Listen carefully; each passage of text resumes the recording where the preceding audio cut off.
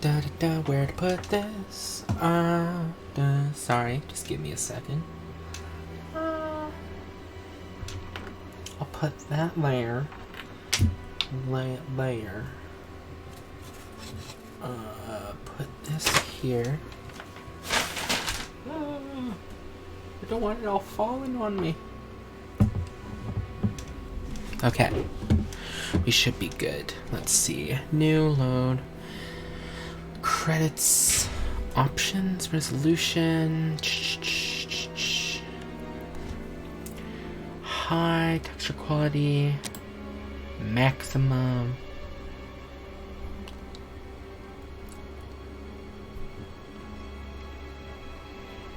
Da da da.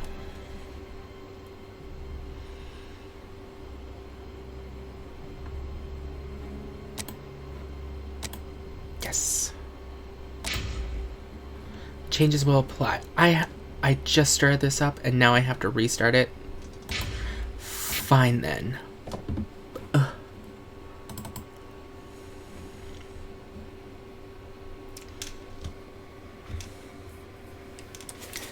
Ba-ba-ba. Okay, now it should be good. New. Yes, new game.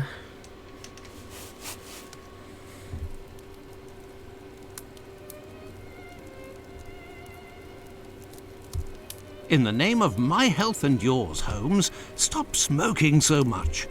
There is more fog in our apartment than in the street. You are right, Watson, but this evening is never ending, and I have nothing to do but make smoke rings.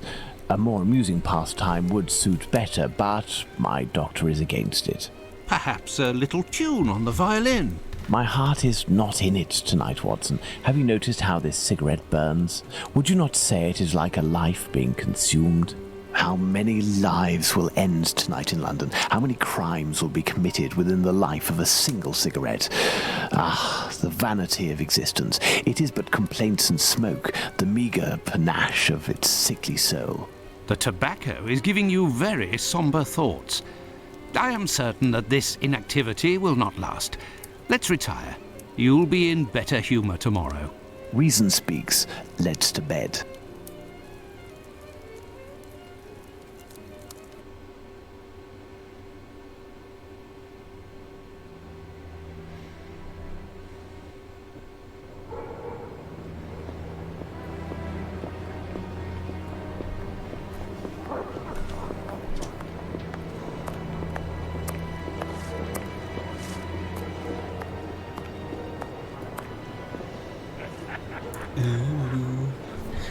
Sherlock Holmes versus Jack the Ripper.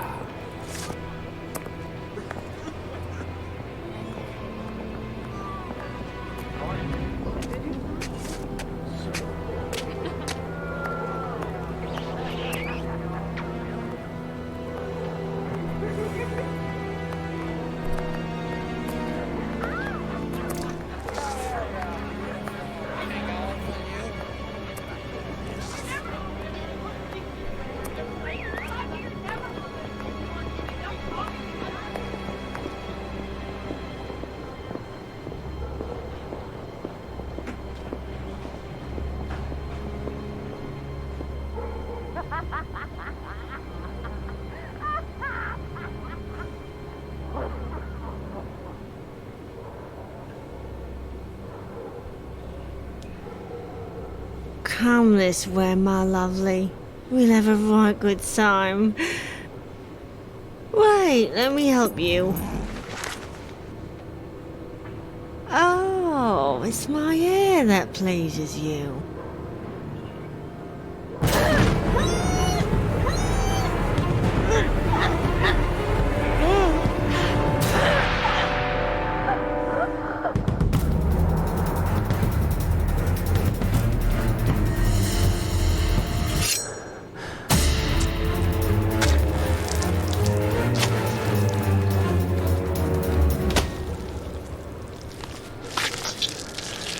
I don't like these noises.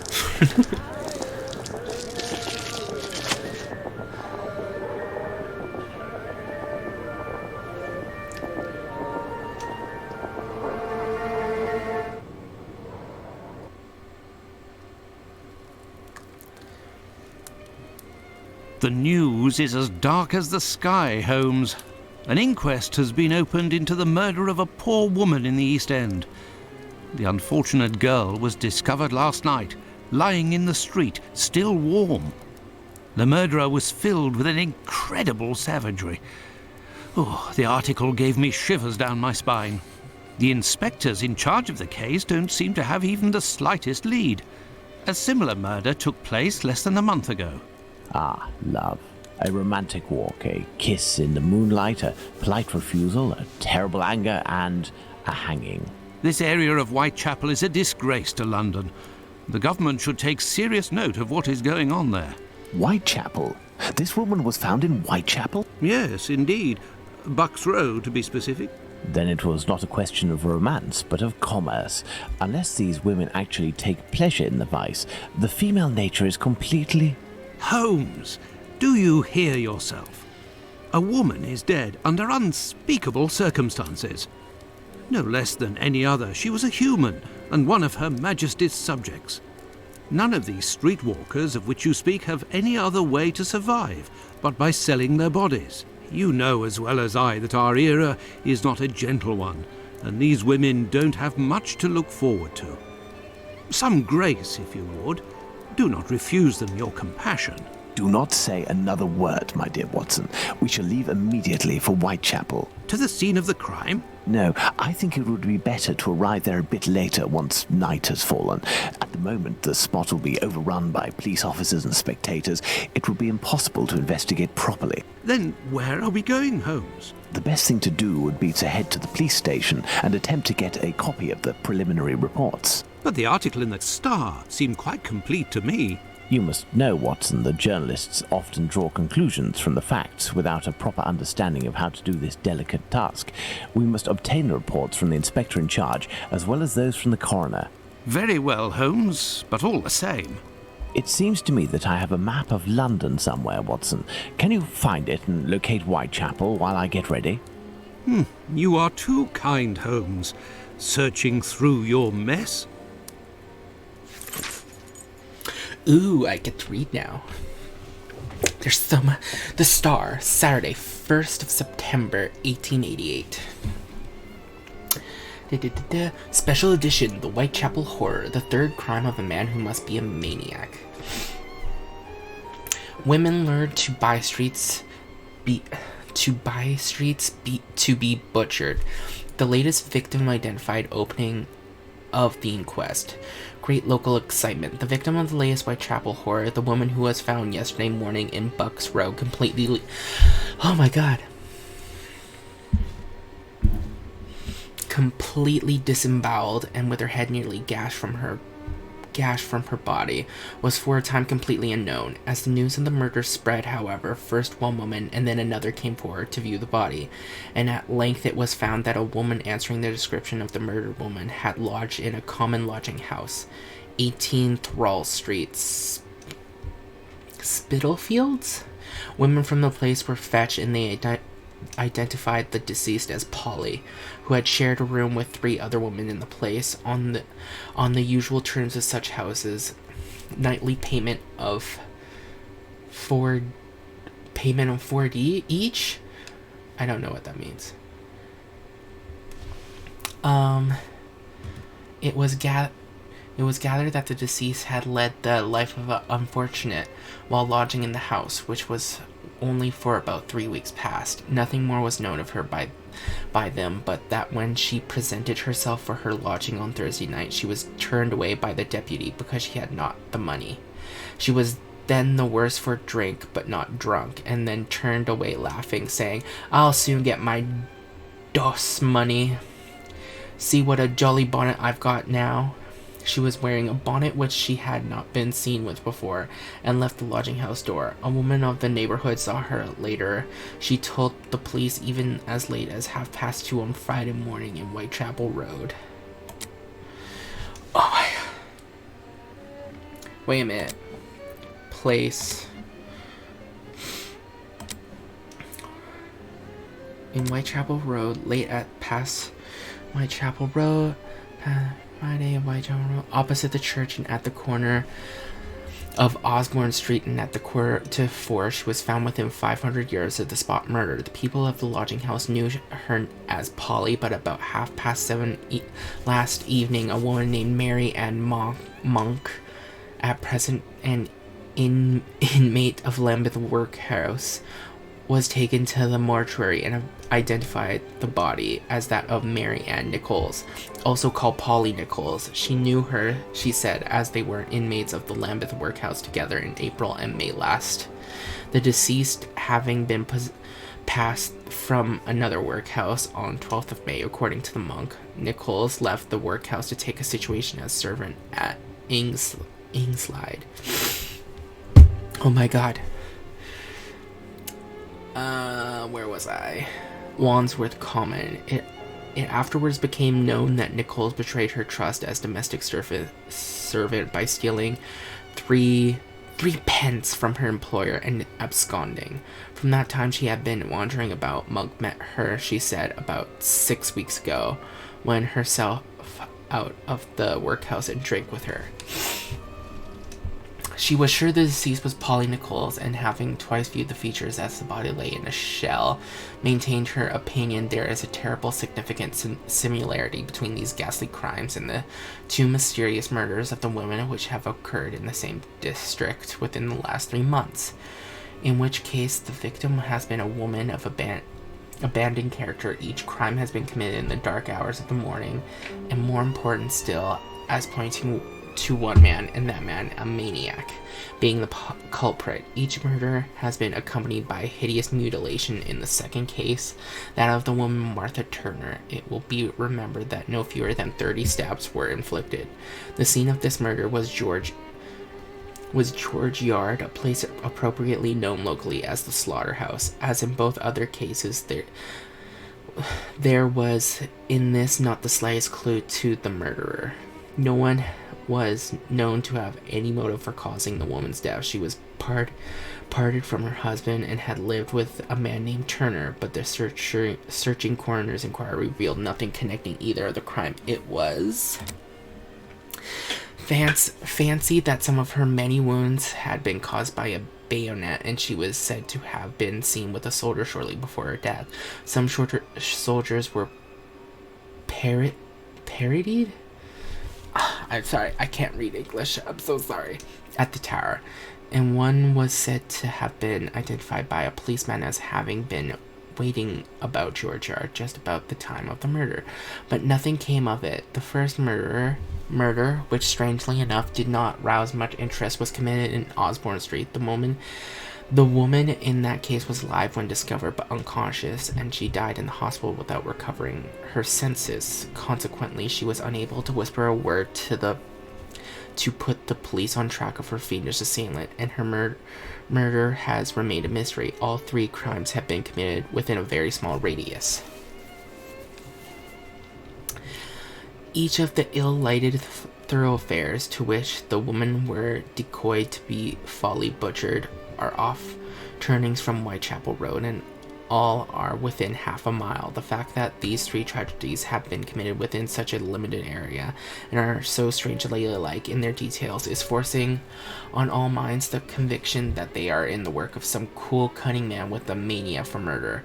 There is no new light thrown on the case. This morning at 9 o'clock, the body of deceased was removed from the mortuary to an improvised operating room on the premises, and Dr. Ralph Linwillen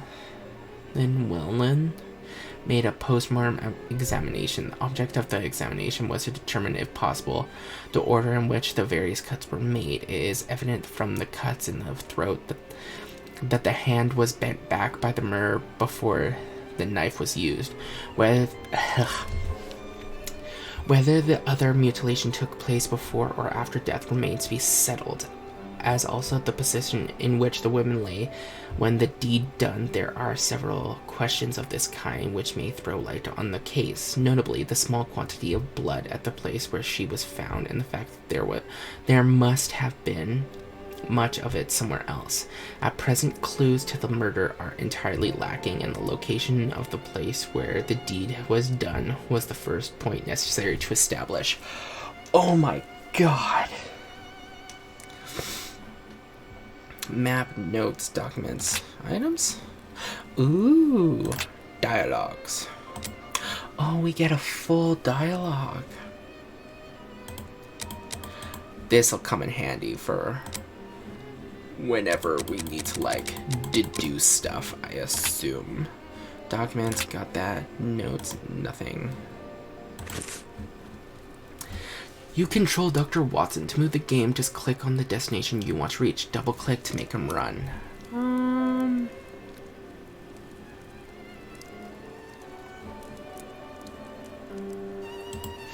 Holmes's experiment table.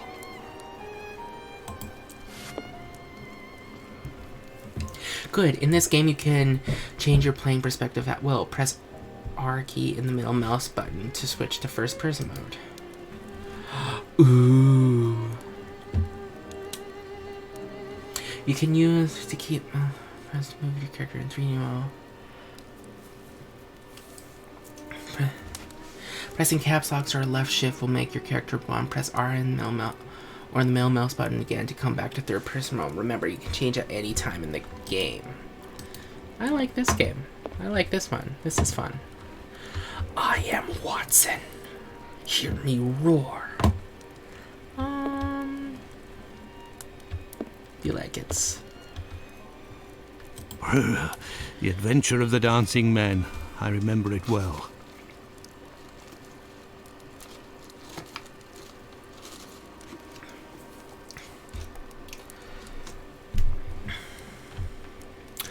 oh pretty. Okay, well. The Queen's initials done in bullet holes. Good old Holmes. Holmes's violin. He doesn't play nearly enough, if you ask me. Oh, doesn't he? Do you like to hear him play? Treaty on Cornish, the Celtic dialect of Cornwall. And here, medieval pottery. How can Holmes possibly read such things?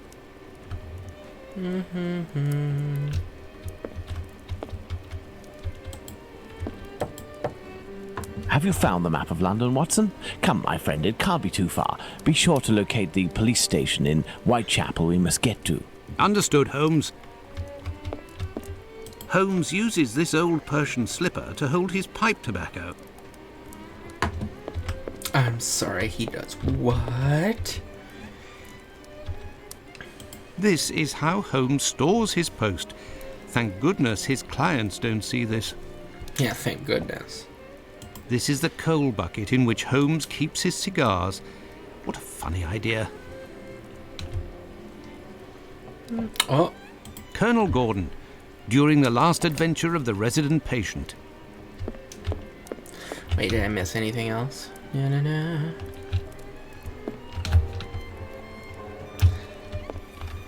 This is how Holmes stores his post. Thank goodness his clients don't see this. Switzerland, a charming country. Perhaps Holmes and I shall investigate one day.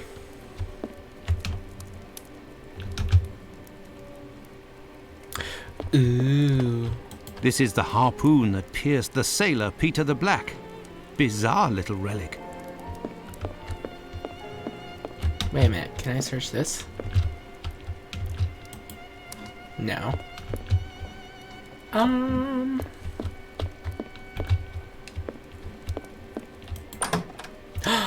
Is this my room? Ooh.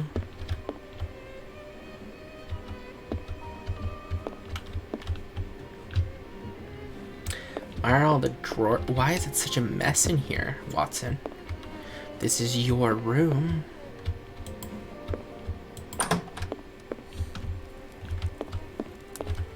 I have no reason to go that way. Well, fine then. Oh, resume. What did I just do? Well, well, Holmes has received some French champagne with a card, a gift from a young admirer, signed Raoul d'Andrecy. Who on earth could that be?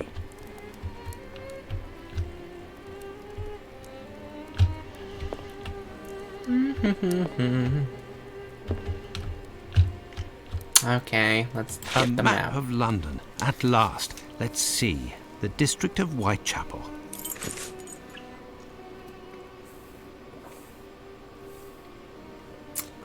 Sorry, I was getting a drink. Map of London, map of Whitechapel. Whitechapel. And I'm guessing we're going here. I found the map, Holmes, and I was able to locate the Whitechapel police station. Congratulations, Watson. Come, the game is afoot. You can read the article to me on the way. Oh, we have to read the article to him? Okay. We have arrived, Watson, in Whitechapel. Not very bright, and what cold! Brr, a typical London morning. Come, Watson, let's find this police station.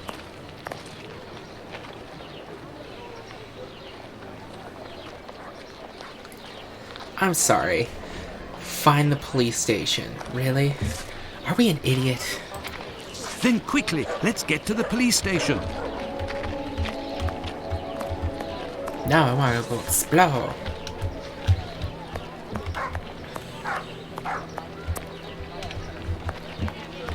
Is there anything hidden? Anything interessante? No? Okay, let's go. Well, this station isn't very well kept, I say. It's a local outpost, Watson. The daily tasks that confront these constables are not the easiest, and they are poorly paid. What are we Yeah. doing, Holmes? Yeah, stop judging so hard, Watson. How dare you? Ooh, jackets. This police station is like a laundry. What a scandal. You are such a... You judge so hard, Watson. And you judge me for judging.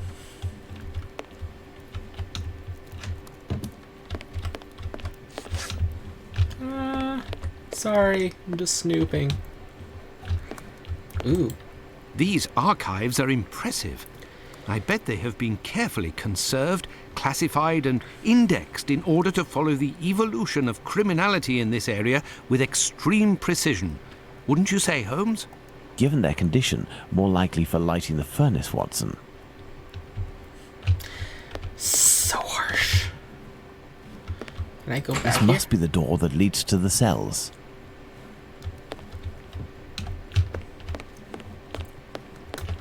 Hey, my dude.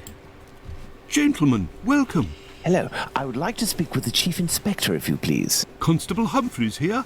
I am the only one in at the moment. What do you want with the chief? My name is Sherlock Holmes. I am... Sherlock Holmes? The detective that I read about in the papers? Well, that's a treat, that is. You come about the Buck Road case, have you? Indeed. Not at all. We were just passing by chance. You say that there was a crime recently.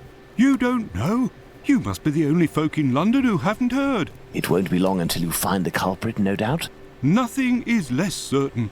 Suspects 0. Clues 0. It's not good for us, especially not in this district. Is this how I ask questions? The Listen, reports. this isn't what I came here for, but if I can be of service, in a confidential capacity, of course, if you can entrust me with a copy of the preliminary reports, I could study them and return later with my conclusions. It's just that these are official documents. I can't take a decision like that without the inspectors. The sooner we know the facts in the file, the sooner we can be of help, my friend. Say, if you are Sherlock Holmes, you can find anything, isn't that true? With your magnifying glass, footprints. My performance is often embellished by my biographer. Ah, good. Good.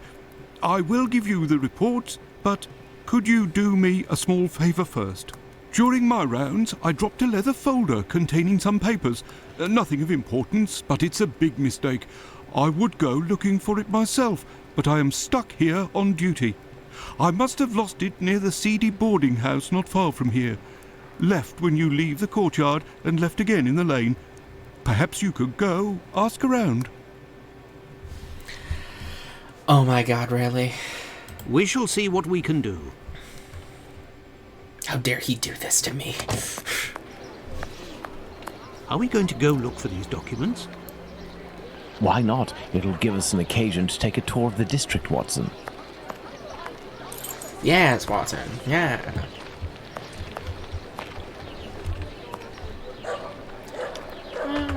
No.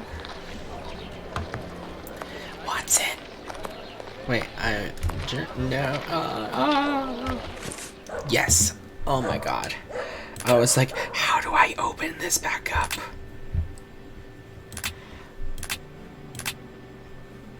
Okay, and just close it again. Yes. I'm learning.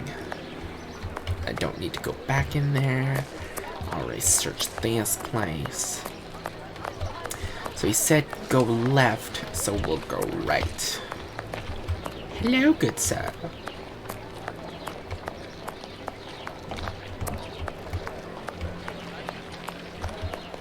Sorry, I've never played a game like this before, so I'm like wondering if there's like hidden stuff. Because of this letter, my brother caught this dirty thing, and he has to go to the clinic now. Foreigners, send the lot of them to the colonies. That's what I say. I have no reason to go that way. I have no reason to go that way.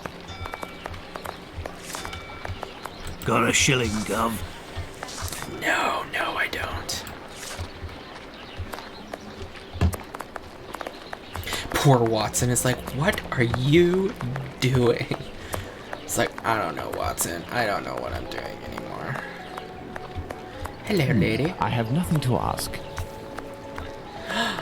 Ooh, can I talk to you? I have nothing to ask. Oh, come on.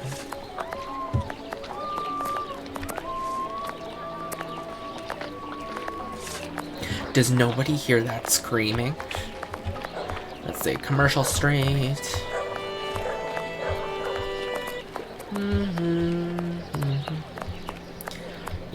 Yes.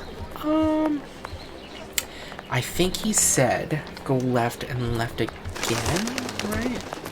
It would be down here, right? Should I explore? I'm gonna explore a bit. I have nothing to ask.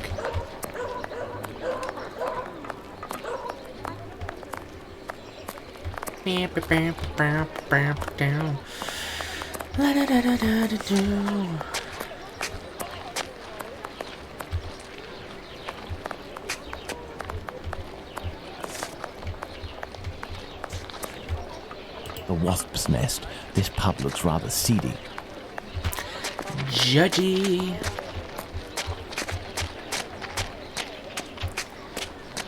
Sherlock, are you judging people again? I mean, that's what you do, but you need to stop being so mean all the time.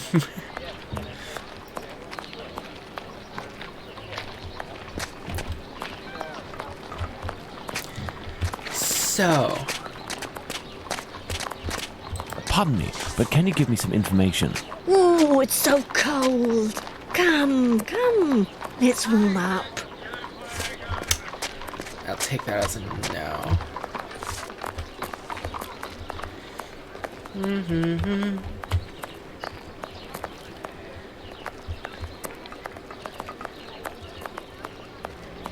It's so smoky.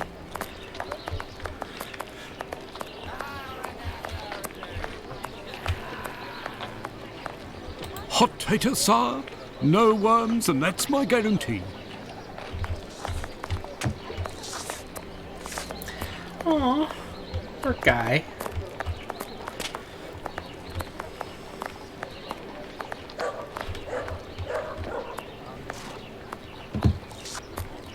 And let's check it out. God, wait a minute. Aren't you just a guy selling taters? Where did he go? And weren't you just a... everyone's changing.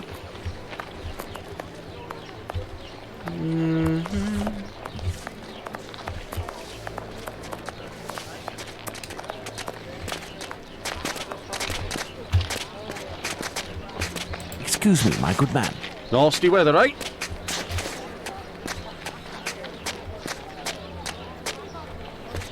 No.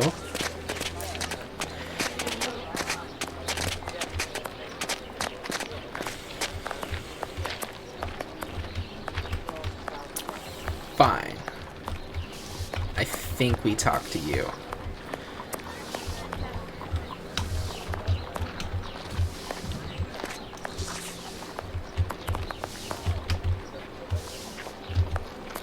Hello, good sir. Good day, sir. You wouldn't happen to have seen a leather folder on the ground around here, would you?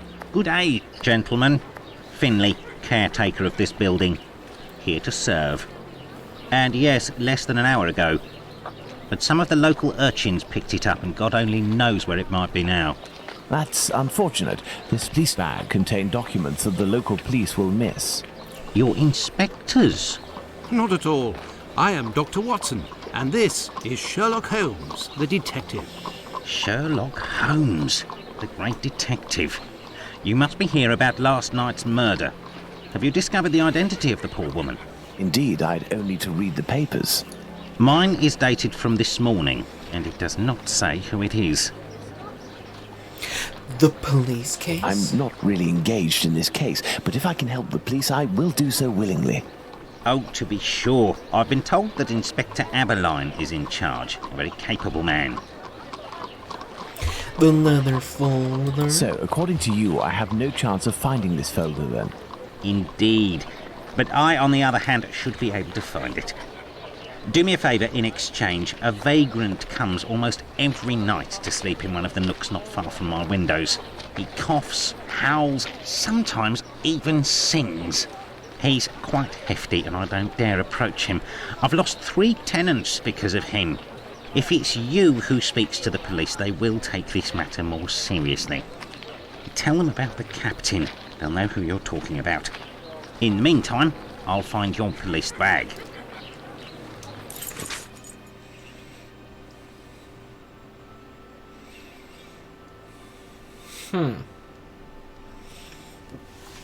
East London Advertiser. Another Whitechapel mystery. Horrible murder in Bucks Row, Whitechapel.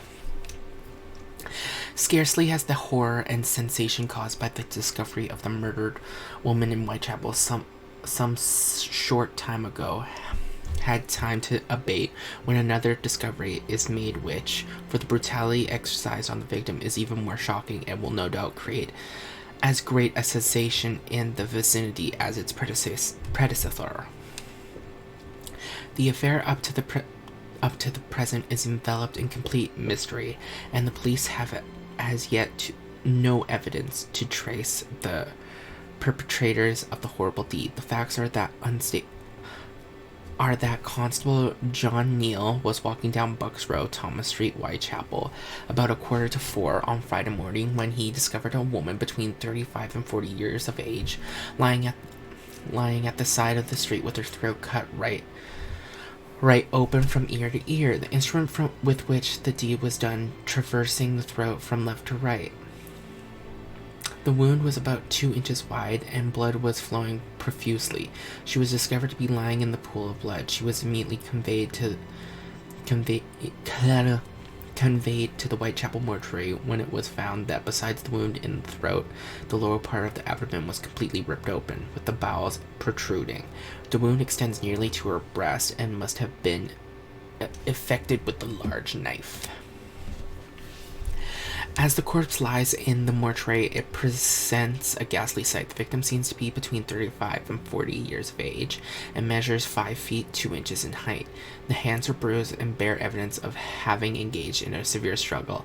There is the impression of a ring having been worn on one of the deceased fingers, but there is nothing to show that it had been wrenched from her in a struggle. Some of the front teeth have also been knocked out, and the face is bruised on both cheeks and very much discolored. Deceased wore a rough brown ostler with large buttons in front. Her clothes are torn and cut up in several places, bearing evidence of the ferocity with which the murder was committed. The only way by which the police can prosecute an inquiry at present is by finding someone who can identify the deceased and then, if possible, trace those in whose company she was last seen.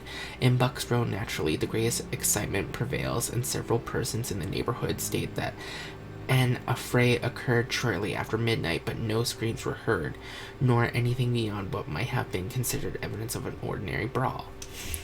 In any case, the police unfortunately will have great difficulty in bringing to justice the murderer or murderers. Great fire at London warehouses. A fire broke out shortly before 9 o'clock on Thursday night in one of the huge warehouses of the London warehouses. The warehouses were closed as usual at 4 in the afternoon, and there are then few persons except the night policemen and firemen left on the premises at about 8:30. Sorry, I'm reading it all. It's just, I want to know.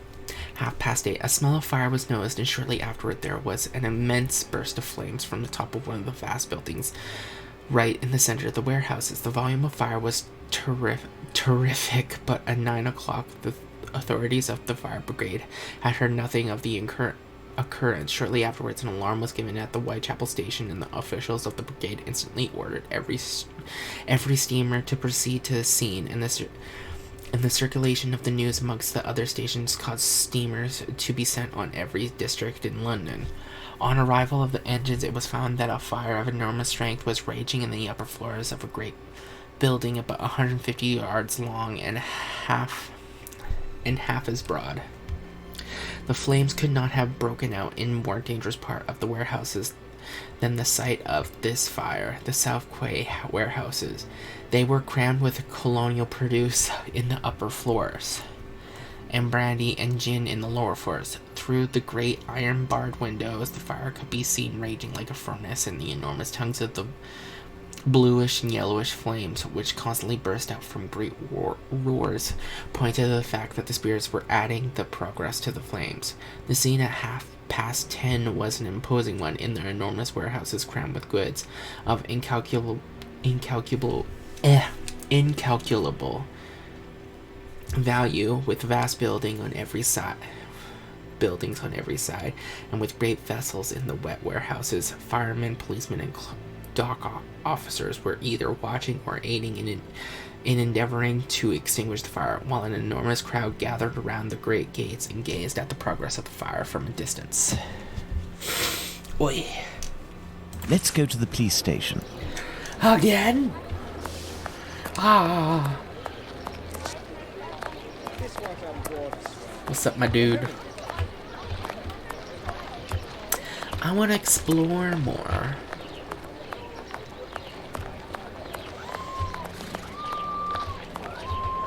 Seriously, no one hears that screaming.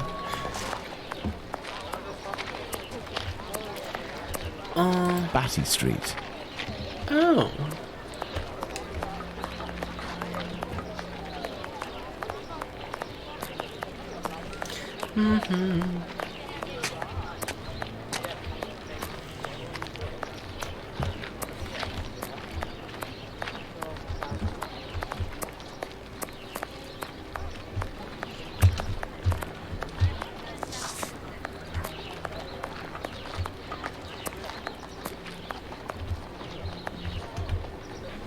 No, nothing down there. Okay.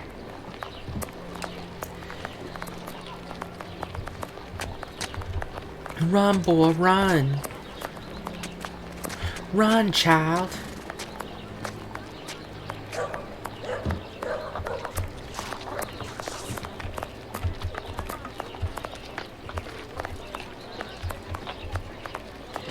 That horse looks weird.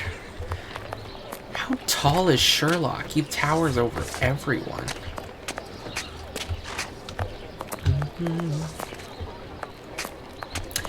Ooh, is this the lady's house?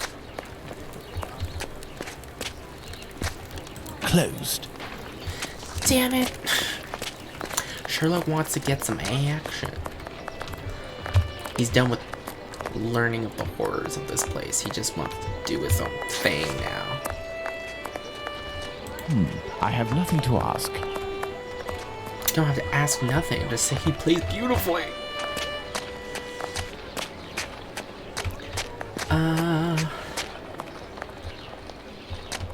Ooh. What the?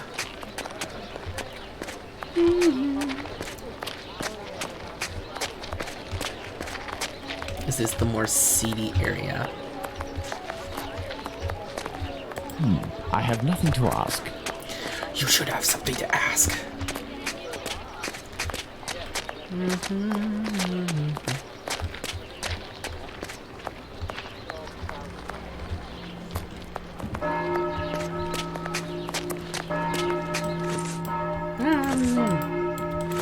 happening? You were blocking me, Watson. So I can just right-click. Well, I learned something on accident, and I'm happy about it. You look so Pardon me, angry. but can you give me some information? If you're looking for a princess lover, you found her.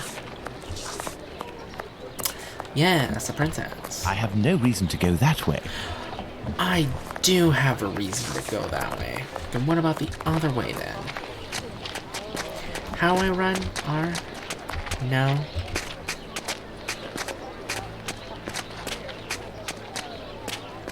I feel like R should be run.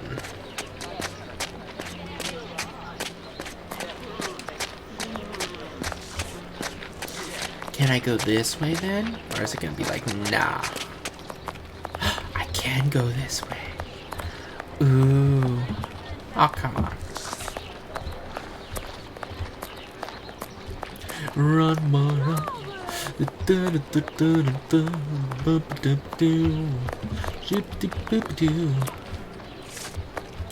What do you think, Holmes?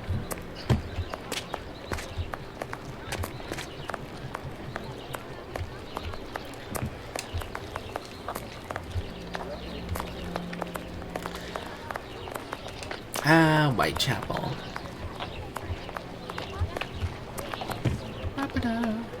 Ooh. Whitechapel Street. Why won't you move? Can we go in the church? We cannot. This building is a clinic. We can go here. Ooh, I like it. I like that we can go here. We don't really need to go inside the clinic, and I have a feeling we're gonna have to go in there. So, let me just see the map.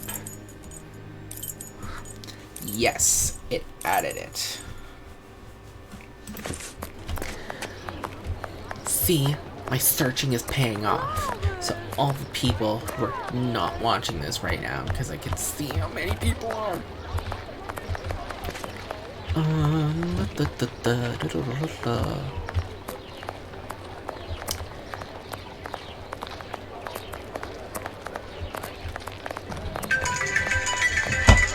my god!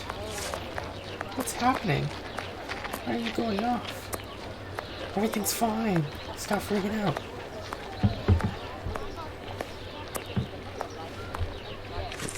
Oh my god.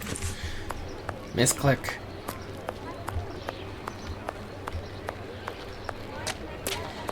Ugh.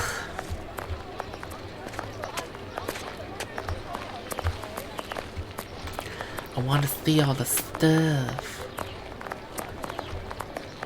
S. Fletcher? Can we go in here? I feel like we should be able to go in here. Closed. Never mind. I was a fool. Oh, aren't you dapper? Pardon me, but can you give me some information? Misery is a terrible thing. That doesn't help at all.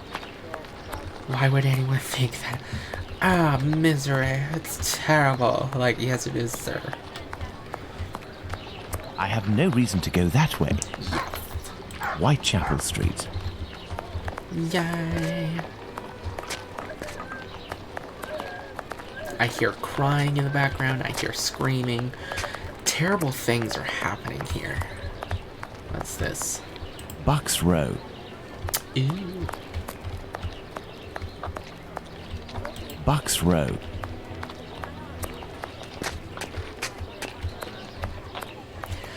La da da da da. A gathering, Holmes. And policemen. Let's go see, perhaps. No, Watson, we have some business to take care of, and we are better off remaining discreet. Let's go to the police station. Okay, God. Ugh. gas station. Wait, I gotta see something. Oh, no. There are no notes. Really? They're only meant to expound upon fact. What? Okay. Well then. Yo. What up? I know nothing's probably different, but I want to check. What's up, dude? So, gentlemen, have you found my police bag? Oh my god, my hands are so dry. Captain? Not quite yet. Do you know a vagrant who goes by the name of the Captain? Captain? Yes, an old sailor, strong as a Turk and tattooed from head to toe. The drink has turned him into a derelict. He appears to be causing some problems for the caretaker of the building at the end of the street. What do you want us to do? Every night, stairwells, halls and porches become public dormitories, and people don't only come to sleep. I believe this man has a niece who puts him up sometimes. Her lodgings are in Commercial Street, right after the alley with the boarding house. You won't forget my folder, will you? What's in that folder? I want to know. Do you believe this woman will agree to have her uncle stay with her? No idea. Oh well, let's go see her just the same. Ugh, fine. Just a second. I need to do something.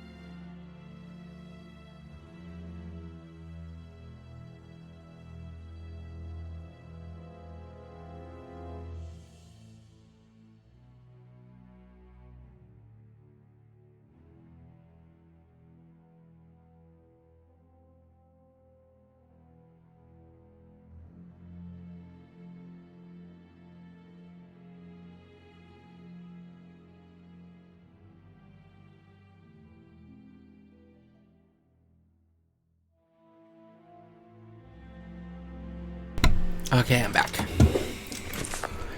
Now.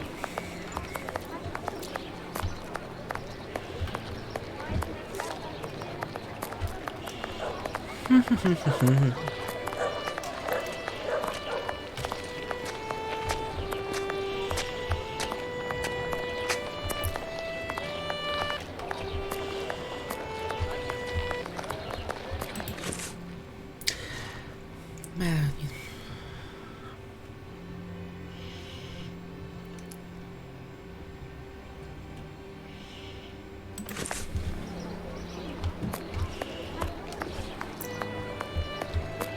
Commercial Street.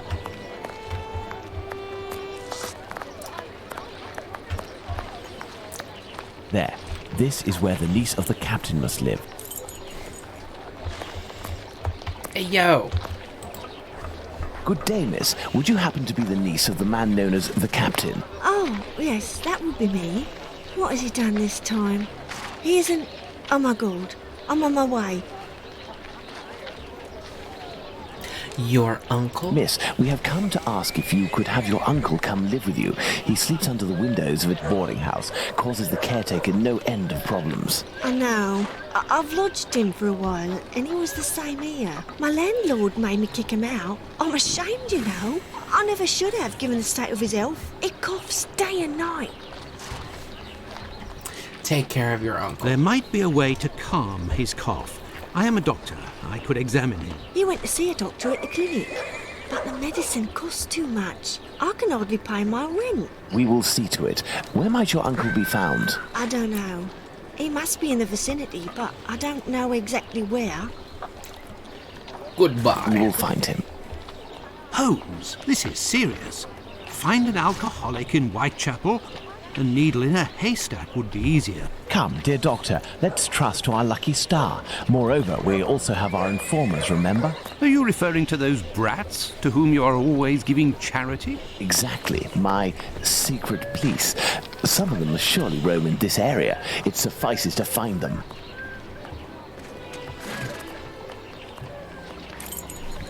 I wonder where they could be.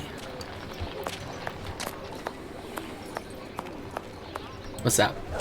Hello, young man. How are you? I recognize him. It's the lad who sells newspapers, who is always calling outside our windows at Baker Street early in the morning. Hello, Mr. Holmes. It's a treat to see you again. What can I do? The captain? Would you happen to know an old sailor who goes by the name of the Captain? A poor man who hits the bottle a bit hard. Of course, Mr. Holmes. He's there at the end of the street. Round to the left he is. But be careful. He can be a tough customer, that one. Very good, my young man. The doctor will give you a little something. Watson? Huh? I say, Holmes? Is he always such a skinflint with you, Mr. Holmes? Well, thanks to you, Mr. Holmes. Anytime you need me.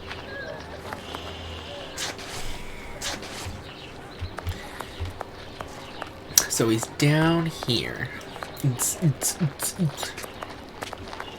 Everything is awesome. I can hear someone coughing more than is natural, Holmes. Yes, Watson. The poor man cannot be too far away. I wonder where he is.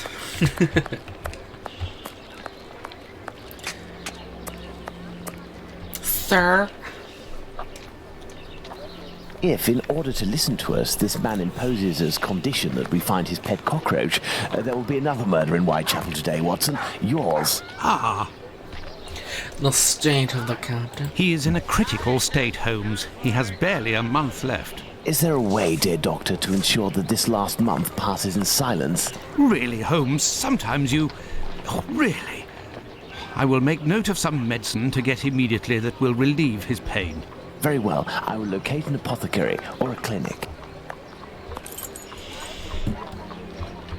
You gonna stay here? Find the medicine, Holmes. We must make haste.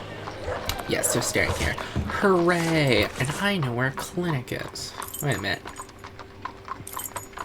Dead end. Lucy's lodgings. Oh. Ay, ay, ay, ay, ay.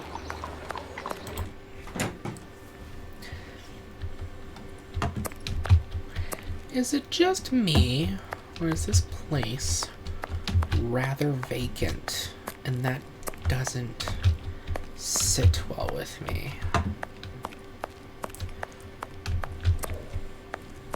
Okay, I guess talk to you. Good day, sir. Dr. Gibbons. You aren't from around these parts. Indeed, doctor. It is for someone from your neighborhood that I am here, though. His doctor asked that I acquire some medicine on his behalf. I have the note here. Dr. Watson? Not from round here neither. This medication is quite dear. Certain documents are necessary to obtain them for free.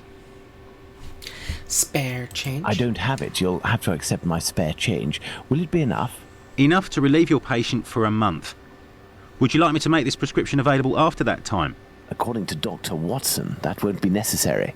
The possibility of a recovery? A definitive one, yes. There, sir. Thank you. Where has everyone gone? It's rather quiet here. An unusual chain of events. The majority of the people hereabouts went out last night to see the great fire at the warehouse. The patients that I was minding and my staff were no exception. The former were dramatically healed, and the latter ended up sick. And with the murder last night, most of the people who weren't working wandered over to the scene of the crime. Their little aches and pains will wait until tonight or tomorrow. A squalid murder, it would seem. Just like what this area has become. Damn. My thanks, doctor. Not at all. Let's see. Medicine. I have it. Wait a minute. Oh, I guess that's how I use the stuff. Fast travel. I keep forgetting. That's a thing. Heyo. Find the medicine, Holmes. We must make haste. I have the medicine. Here you go. Here is the medication, Watson. Is our man movable? He should be able to stand in a few minutes and will no longer be suffering from his cough before long. Consider the affair resolved. Accompany him to his niece's while I return to the boarding house, and then join me at the police station. Let's return to the boarding house. Yeah, boarding house. Map. I love fast travel. It's so convenient. What's up? I have good news for you, Mr. Finley. We have sent the captain to stay with a relative, and he shouldn't bother you for a while. I also have some good news. I have your police bag. Thank you. I bid you good day. Oh, it was nothing. Tell me, one of my wife's friends lost... Another day, Finley. Another day. Let's go to the police station. Yay, police station. Police bag.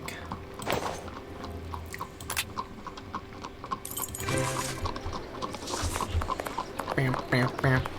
Shwam, shwam. I got your dumb thing. Are you sure it's the police bag that you lost? Yes, but someone attempted to force it open. They didn't succeed, but now the lock is stuck. Perhaps you could...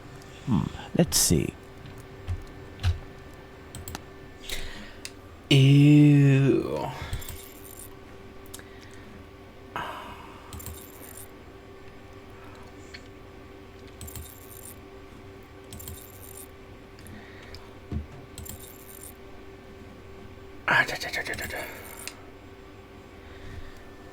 I'm assuming 1, 2, 3, 4, 5, 6, but I've done the opposite.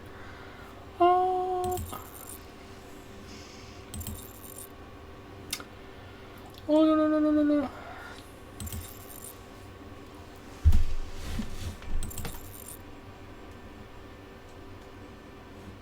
2, 3.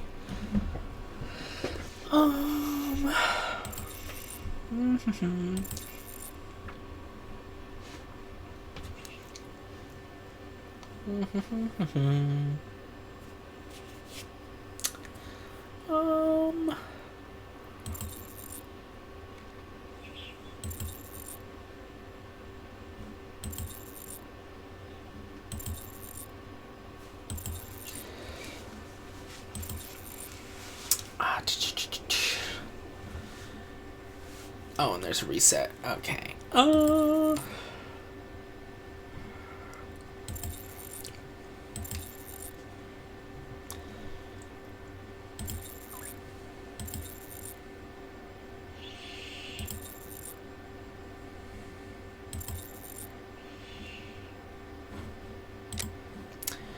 Okay. Let's see.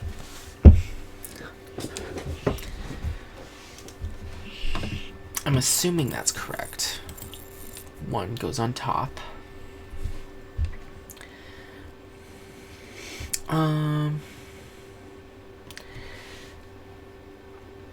Let's see. Want the 2 over here. So let's do that to... There we go. A big thank you, Mr. Holmes. Think nothing of it, my friend.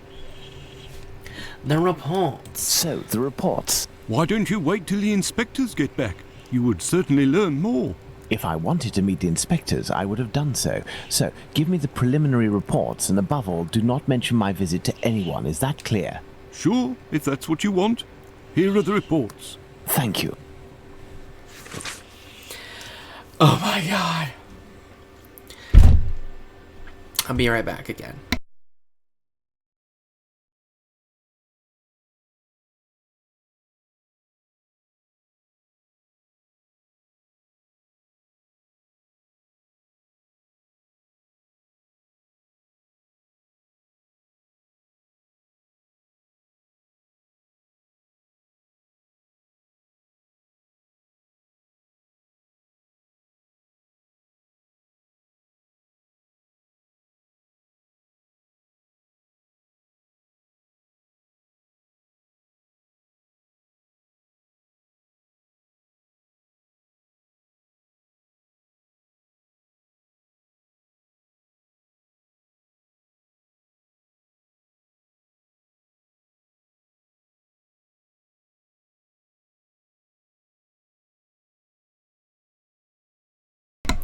Okay, I'm back.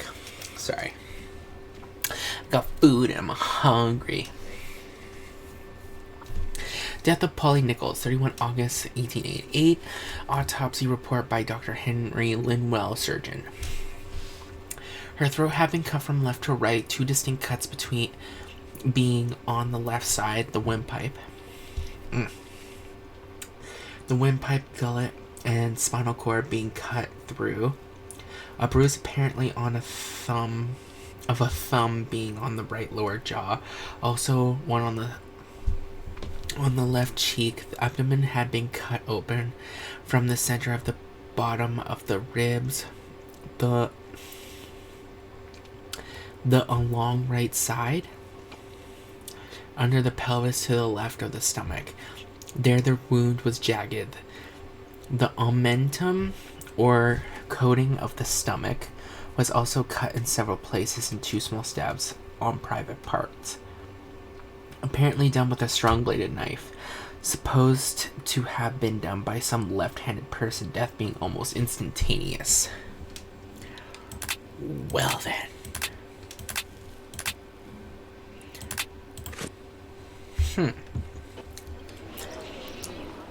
Have you obtained the preliminary reports? Yes, we'll read them on the go. Let's to the scene of the crime at Bucks Row, Watson. Now I have to go to Bucks Row? Hate you.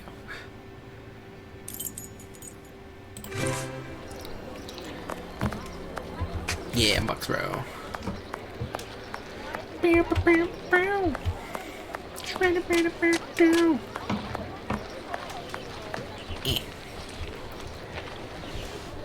But what are all these people doing here, Holmes? Apparently they came to see the scene of the crime. What about us? Aren't we going to see it? We will return this evening, Watson. The circumstances shall be ideal for carrying out our little experiments. Later. Well, Watson, we are at the scene of the Polly Nichols murder. Imagine the victim lying at the spot where she was found and try to discern all of the clues we can. Watson, you are a writer. I am therefore entrusting you with our deduction board.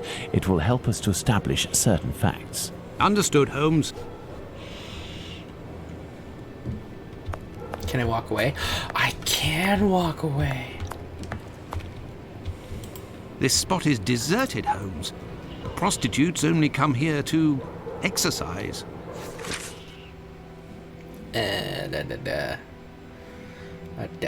Close. This spot is deserted, Holmes. The prostitutes only come here to exercise.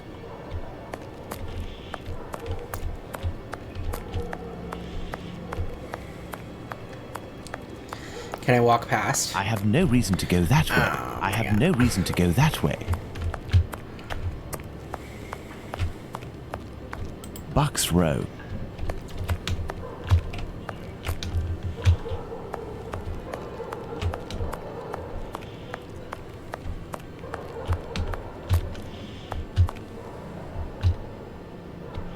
There is only one streetlight lit on this street, Watson, and this spot is particularly poorly lit. I have no reason to go that way. Fine. I think all that's left is here. Bucks Row. Yes, it is Bucks Row. Congratulations. No signs of blood. No marks on the ground. The ground is muddy. Did that unlock all the other stuff? Yes, it did.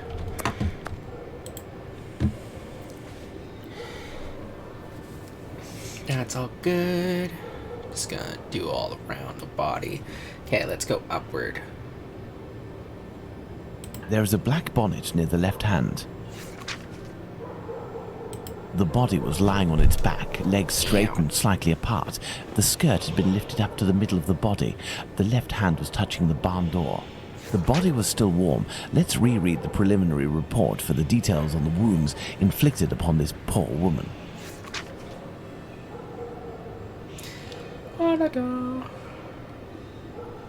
Let's look at this poor woman more closely. Oh my god.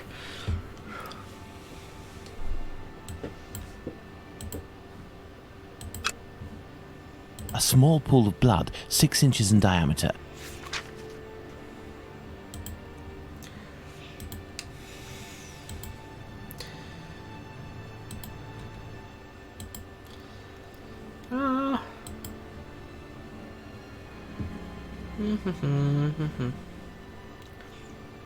There is a bruise at the level of the right maxilla.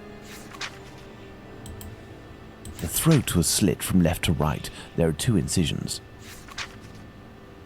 There's a bruise on the left cheek. The tongue is swollen. Well, Watson, we have found all of the possible clues, I think. We will now attempt to recreate the scene of the murder. Come closer, Watson. I have to make you up. I'm sorry, what? You are joking, Holmes?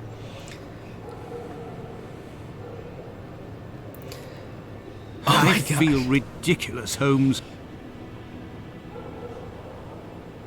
Now, Watson, come and stand here in front of me. You shall play the role of the poor woman and I shall play that of the murderer. Let's try to reconstruct the facts to ensure the final result corresponds indisputably to the way that Polly Nichols was killed. Ooh. Okay. I'm a little confused on what they want to do. So, let's see. Inventory. Inventory. Deduction. Ooh. Let's see.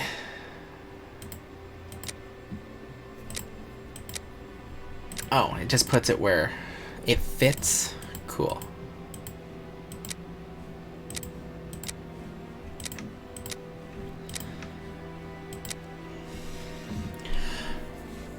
Let's see. A black bonnet near the left hand, poorly lit street. The prostitutes only go down this street to exercise. The victim was holding her bonnet in her hand at the time of the murder. The bonnet was already on the ground. The victim wasn't cold. This one. Let's see. The victim was asking for alms. The victim wasn't afraid. The victim collected the bonnet from the ground. The victim wasn't afraid. P. Nichols wasn't cautious. P. Nichols didn't have a bonnet. P. Nichols had her bonnet in her hand and was ready to exercise. I'm assuming green means, like, yeah. No traces of blood on the walls. The victim had her throat slit. The wall was washed. The killer slit the victim's throat quietly. The victim didn't have her throat slit while standing. That makes sense. A little pool of blood. The blood spurted. The blood didn't flow in strong spurts. The murderer wanted to drain the victim of her blood. This one? Dirty and damp ground. He could not have had relations on the ground. The murderer threw water on the ground. Let's see. P. Nichols wasn't killed here. P. Nichols was dead before being stretched out and having her throat snipped. No. Yes. Okay. So these two are correct. La da da.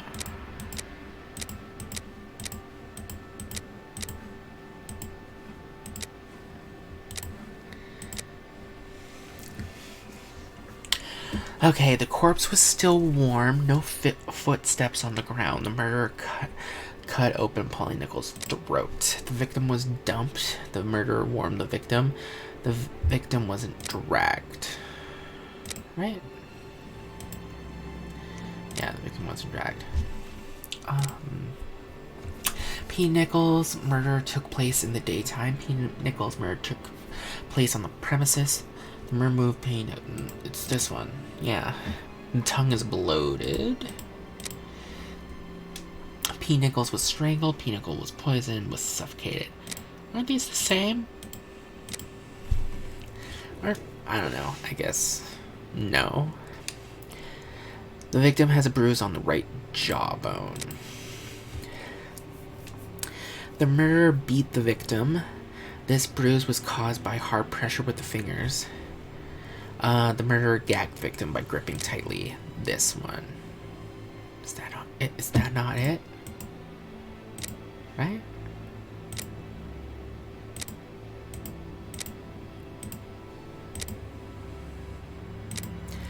I think that's it. Close. So lying down.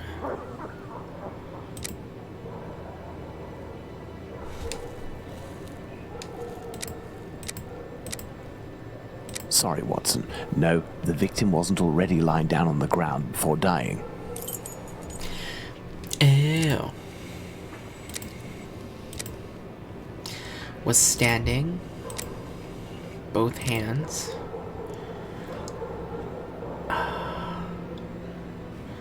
Let's see this one. Neck. This position is unlikely. No, there is no reason the murderer would be positioned like this. The grip would be awkward. So it would be the other hand. Yes, it's quite possible the events occurred like this.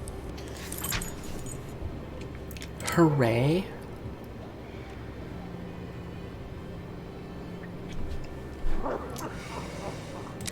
Inventory. Ah. The murderer was standing in front of the victim to strangle her. The killer's right hand prevented the victim from screaming. There were relations while standing up. The killer's left hand prevented the victim. I already forgot which hand. Right-handed, I'm gonna say. Right. The killer strangled the victim with his right hand. The killer strangled the victim with both hands. The killer strangled the victim with his left hand. Right hand? Yes. Okay, close. Now with laying down the knife. No, I don't think that things went like that. The murderer didn't attempt to stab his victim in the stomach. Okay. So throw it again. And like this. I hope that, as with the real murder, nobody had to witness all of that, Watson. If the murderer used his right hand astride his victim, there wasn't much room. Ah, so it had to be... The murderer had enough room to inflict the wounds to the neck, and these wounds suggest the left hand was used.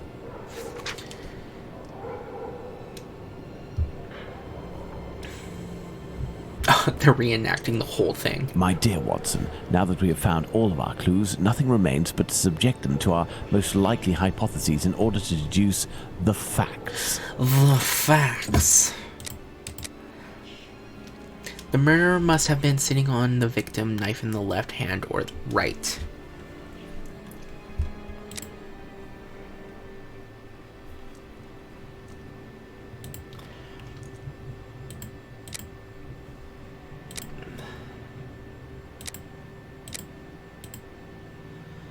It's left-handed. What is left hand?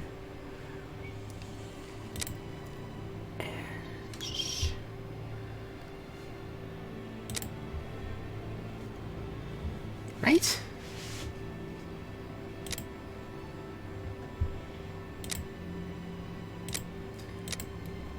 Oh my god. What am I doing wrong?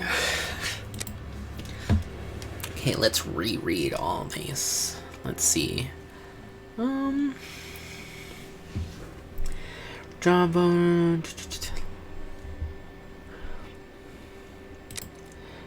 Beat the victim. The bruise.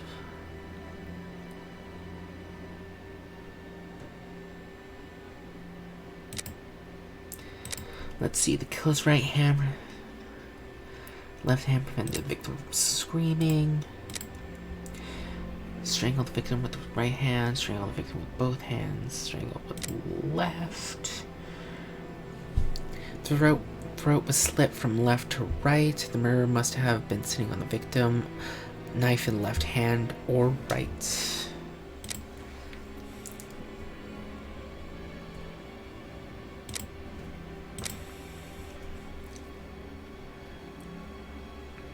a big man? Oh my god.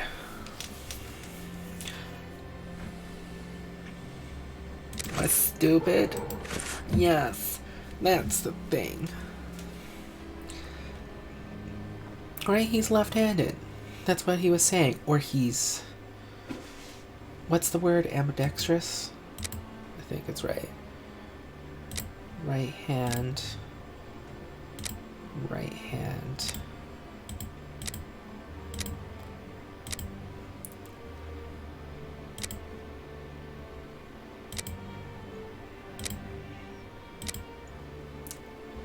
Oh my god. How is a bruise on the right jump?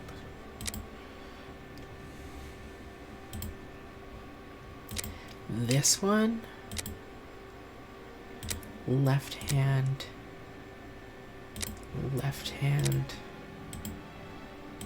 left. What am I missing here? Oh, this is gonna be one of those things.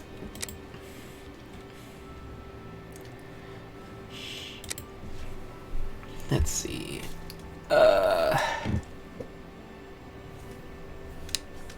At least it's only this one. Left to right. So it's left-handed, right?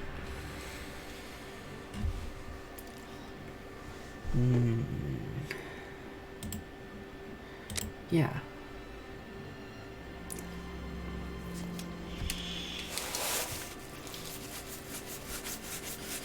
Sorry.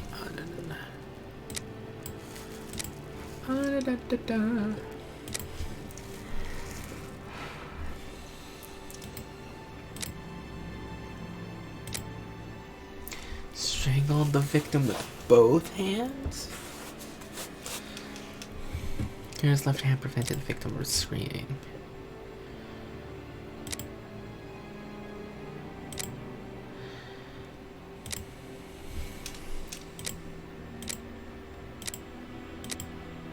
No.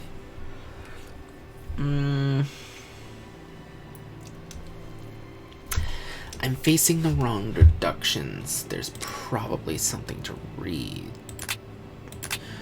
Let's see. Now, Watson, come here and... I had a witness. So, left hand. Yes. Everything right here.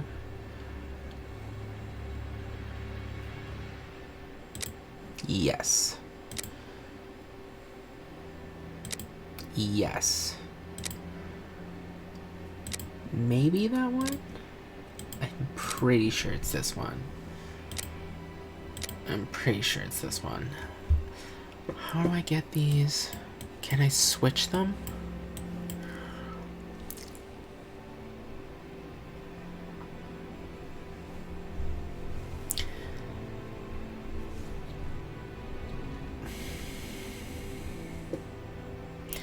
Left or right is left-handed.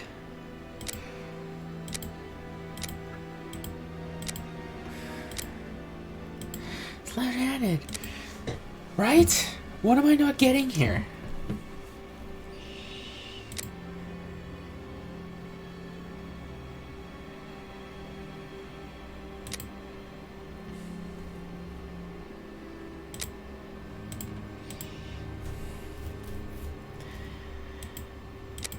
Oh my god.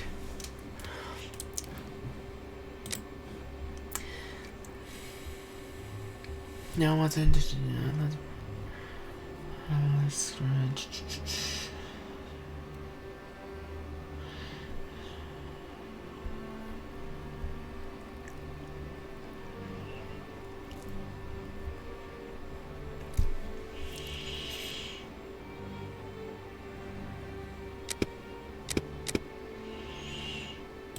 notes, documents.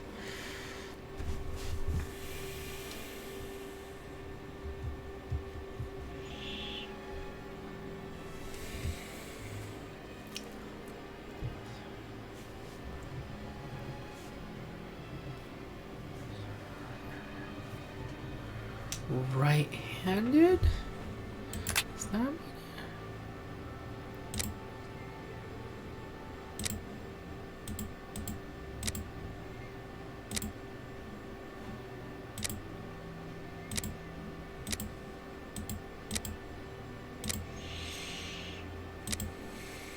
Oh my god, I'm just stupid. I know this.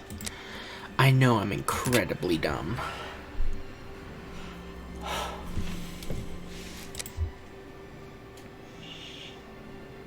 It's either one of these two, because I don't think it's beat the victim. Or did he?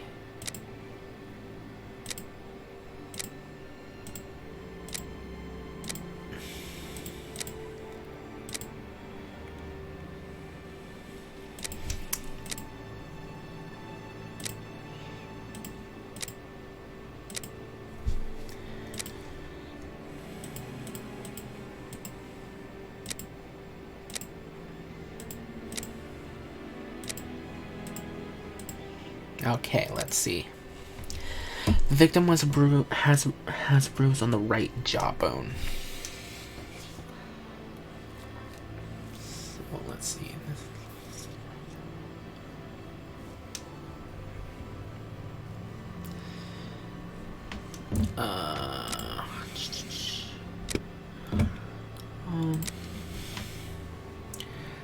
Phone being on the right lower jaw.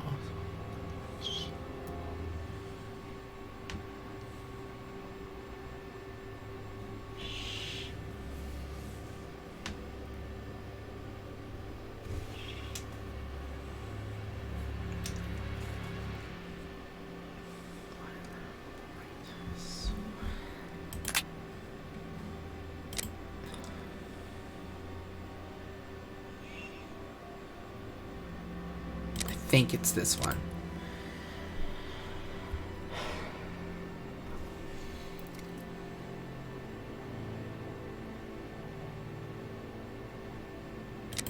This one.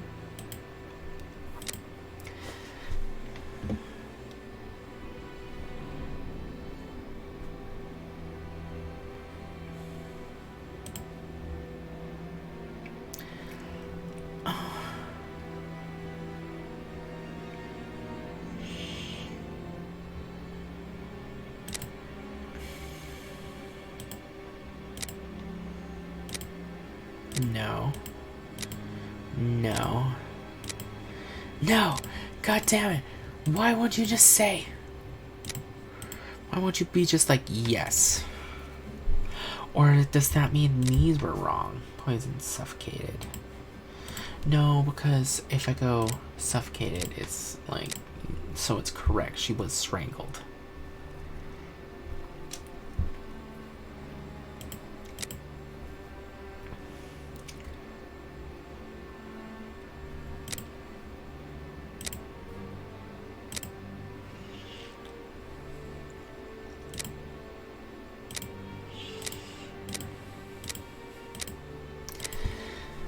No, it's this one.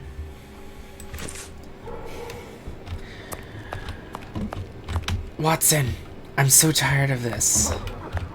I don't get what I'm doing wrong. Let's look at you.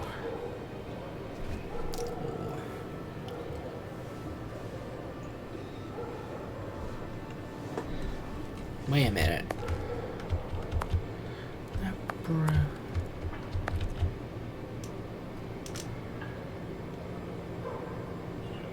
Left. Let me look at your face. What shall we do, Holmes? With the bruises. Right-handed? Is that what I'm missing?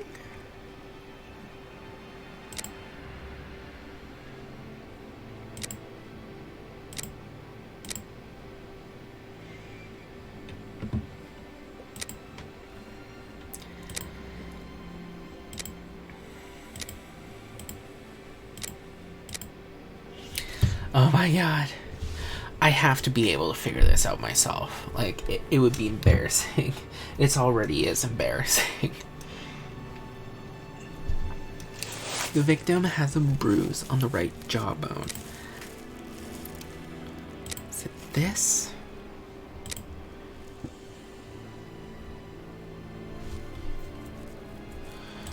Maybe this one?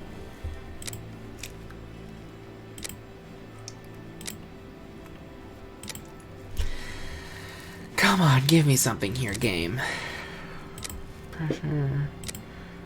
Da. Da. Da.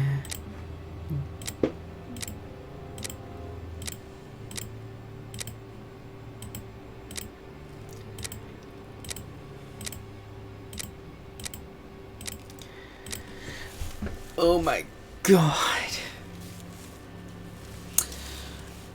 I'm gonna take a quick break and think this over.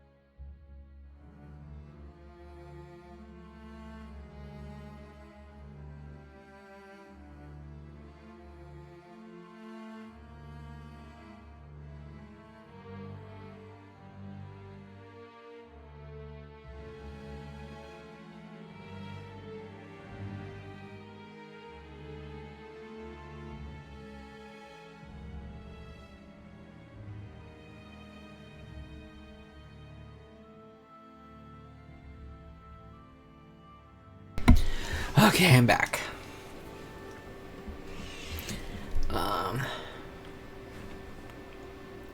So let's see.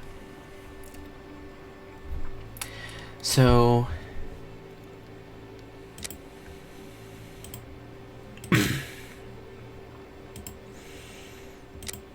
dead.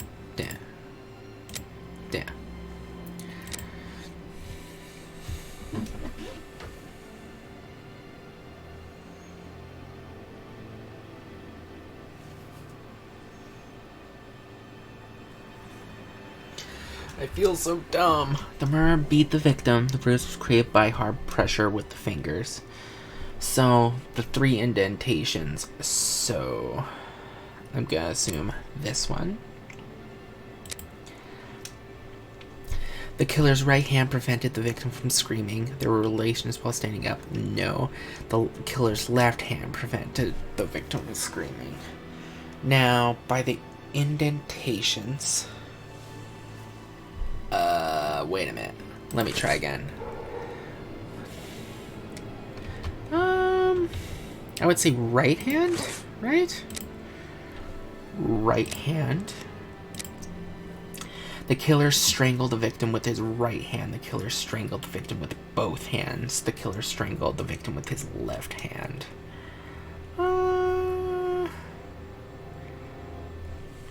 Now they was saying that, so... Come on! I know this! That's what the information gave me! What am I doing wrong?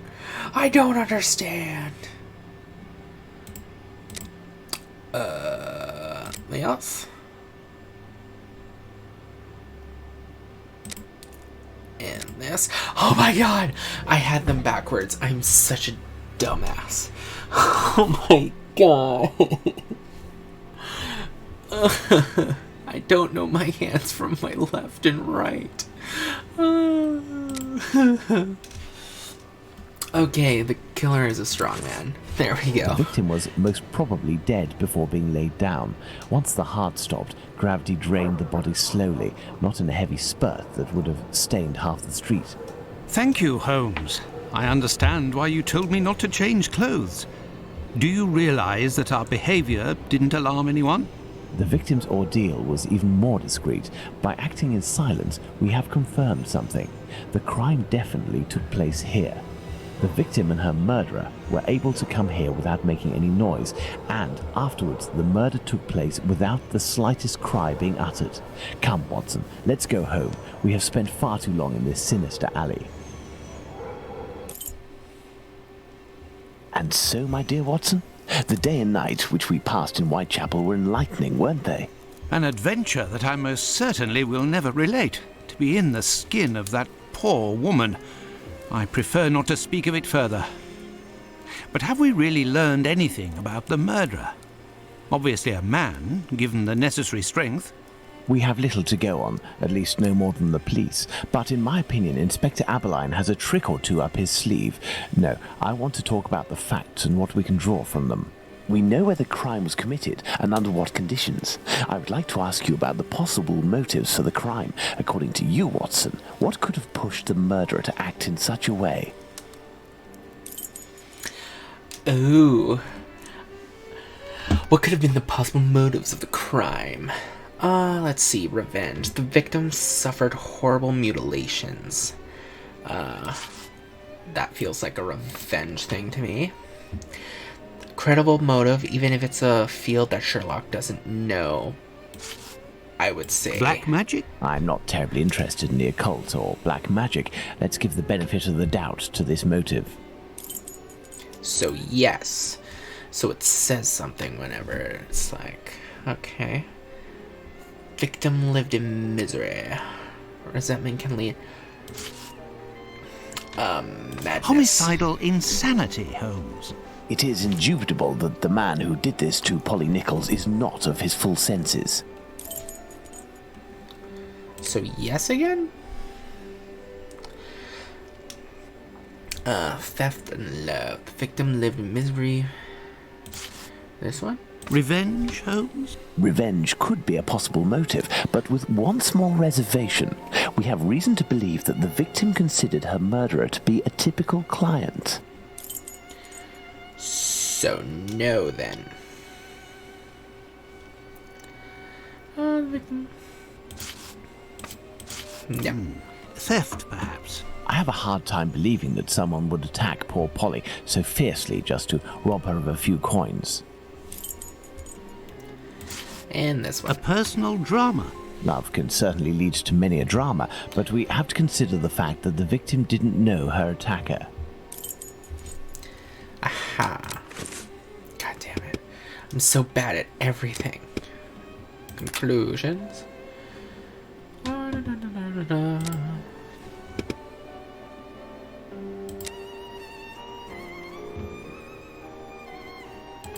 Resume.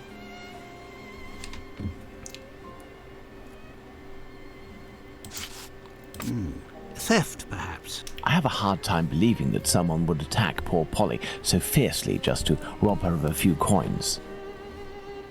Revenge, Holmes? Revenge could be a possible motive, but with one small reservation. We have reason to believe that the victim considered her murderer to be a typical client. So no. A personal drama. Love can certainly lead to many a drama, but we have to consider the fact that the victim didn't know her attacker. Then Elementary. There we go. Very well, Watson. I think that we've exhausted the topic. Take a rest and we'll speak again later. Ah, it would seem that the investigation is advancing, Holmes. Yesterday's Star said that a suspect is in the hands of the police, a man with a rather sinister reputation.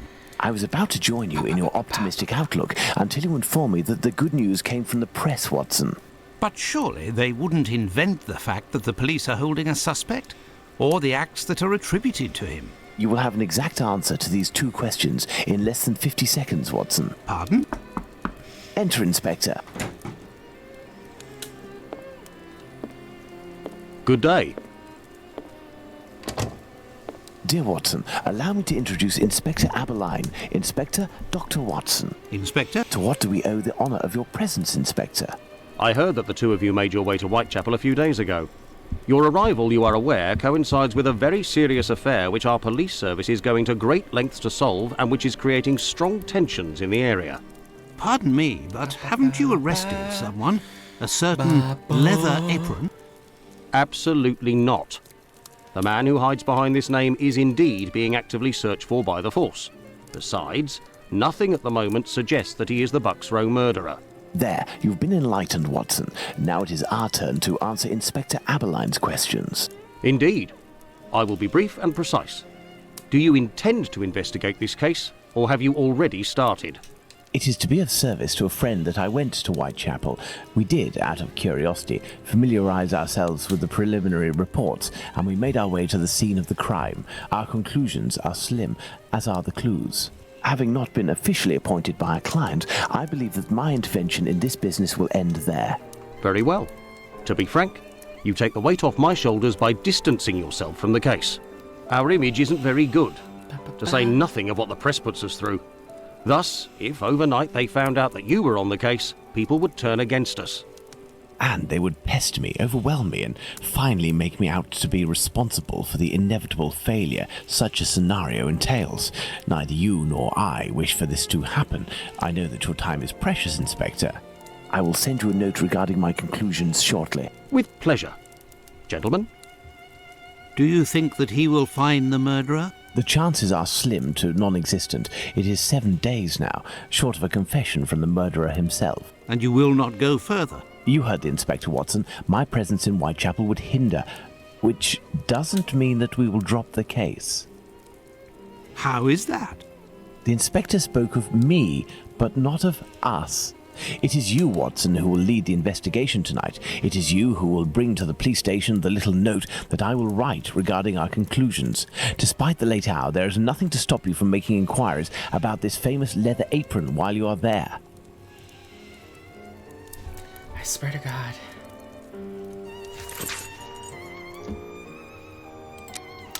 The Star London, Thursday, 6th. Ba-ba-ba-ba. I think that's better. Sorry, I'm testing the audio. That might be annoying, but just let me. Ba-ba-ba-ba-ba. Ba-da-da-da-da-da-ba-ba-ba. I think that's better. Testing audio during a live stream, because I'm the worst. Leather Apron. More about his career, his latest motivations in the borough. The sense of fear which the murder of the unfortunate woman Nichols has thrown over the neighborhood, and especially over her companions, shows no sign of decreasing. A number of street wanderers are in nightly terror of Leather Apron. One of the reporters visited one of the single woman's lodging houses last night. It is in Thrall Street, one of the darkest and most terrible looking spots in Whitechapel. The house keeps open till 1 o'clock in the morning and reopens again at 5. In the house nightly are 66 women who get their bed for 4D.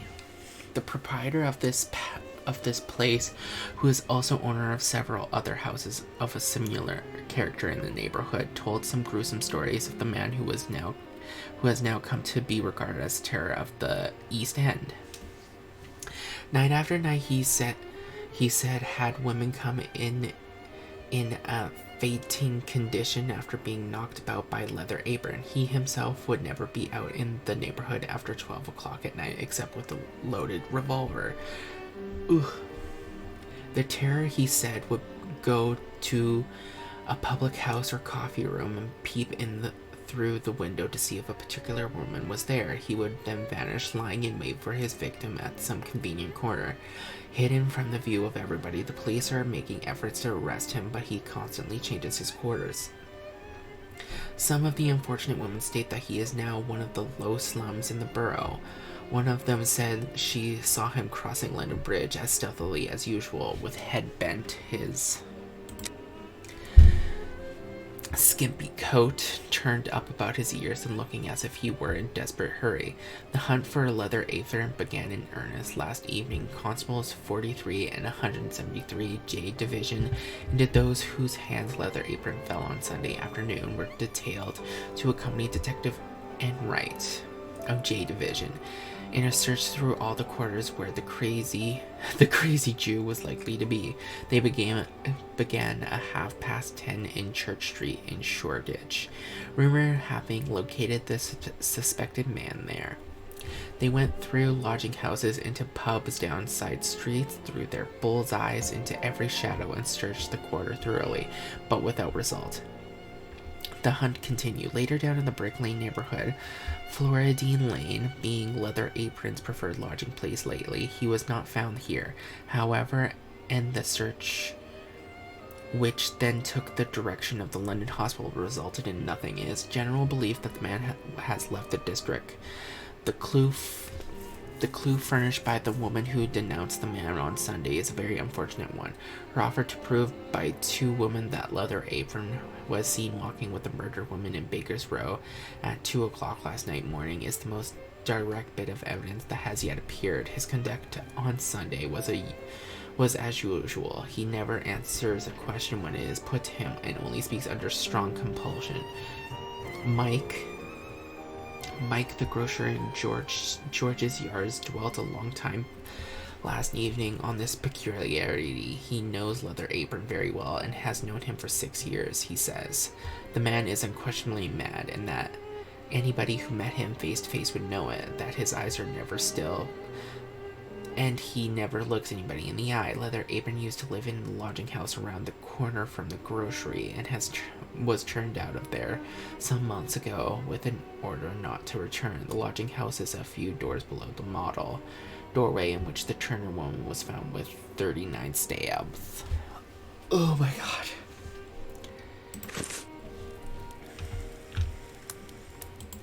What? You still haven't left for Whitechapel, Watson? I'm sorry. I just want to search. I just want to look at all their things. All of our beautiful stuffs. I can go in here now. Ooh. Da da da. Bum.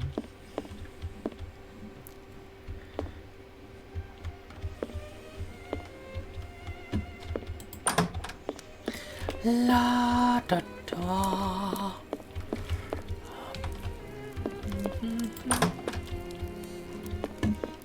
Nothing's changed in here, I presume. Yes. Oh my god, let me move. Let me move. Thank you.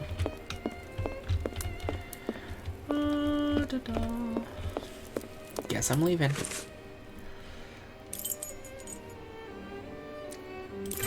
We're talking to the police, if I remember correctly. Well, if I follow Holmes's instructions, then to begin my investigation into this Leather Apron, I must first head to the police station.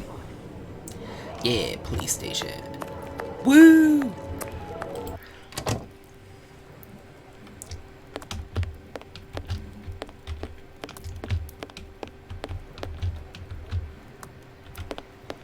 What's up, my dude? Good evening, sir. What do you... I know you. You were here last week with Sherlock Holmes. Message from home. Indeed. I have come to bring a message from Sherlock Holmes for Inspector Aberline. Very well, I will pass it on. But come to think of it, someone was asking about you recently. Finley, the caretaker of some shady boarding house nearby. Does that mean anything to you? Ah, perhaps. The Leather Apron? Actually, I read in the Star that you have arrested a suspect called Leather Apron. You shouldn't believe what you read in that rag, sir.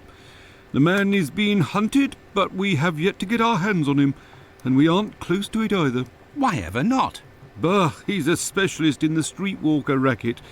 These girls make pitiful witnesses, and we don't inspire confidence. Furthermore, the man seems to be pretty discreet lately. Someone must be helping to hide him. How to find Leather Apron? How to get on his trail, then? One of these girls would have to confide in us and give a valid description of the man. Then we'd ask around the journeymen, who use aprons, I imagine. Well, goodbye. I must go to Finley's boarding house. Yes, we must. I'll walk. It's not that hard. It's not that far. I still can't believe I couldn't distinguish from left hand and right hand. I must return to the clinic. My gout is getting worse. Ew. This game is revealing a lot of things about me. Like, I can't read, I can't distinguish from left and right hands. I don't know what's wrong with me. What's up? What's up? Good evening, Finley. Oh, good evening, sir. Aren't you the gentleman who was with the great detective the other time? That is indeed me, Dr. Watson. Police. Tell me, Finley, I was told that you were looking for us at the police station. Indeed, I wanted to thank you for last time, you know. That vagrant has never set foot round mine again. I even found a tenant, one who pays his rent, I mean. The tenant? You don't seem very happy, but you were lucky to have found a good tenant so quickly. It's just that this man is very strange. He paid several days in advance and I gave him a key to the place. Since then, he goes out every night and returns at ungodly hours. I'm sure he goes to visit the ladies, but still, every night. And when he moved in, something must have broken in his case and stank up the stairs in his room for 2 days. I think it was a jar. It must be over there. Leather Tell me, apron? have you heard talk of Leather Apron? By the papers, that's all. This man seems very sinister. Do you know any journeymen who use this type of apron? The slaughterhouse butchers, I believe, but definitely the cobblers. I know one, old Isaac Solomonovich. His workshop is on a small street in the Jewish community, across from the hospital. He's a good man. He can help you. But you know, the people there are very close and don't share much with non-Jews. Thank you, Goodbye. Finley. At your service, sir. Let's check that bottle.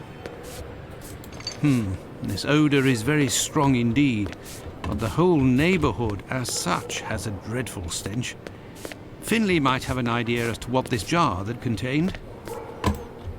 What do you want, Doctor? Strange smell? You're right, the pieces of the jar that your tenant broke do give off a strange smell. It's true. That's quite normal given his trade. Yes, and what would the trade be of your strange tenant? A doctor, like yourself, I believe. Dr. Tumblety, a foreigner. Canadian, perhaps. Dr. Tumblety. It might be interesting to know more about him. Thank you, Finley. At your service, sir.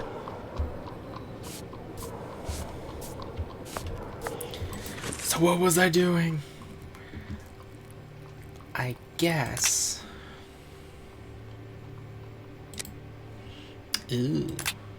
Dialogues. I guess, Lucy's lodging, boarding house. Let's go to clinic.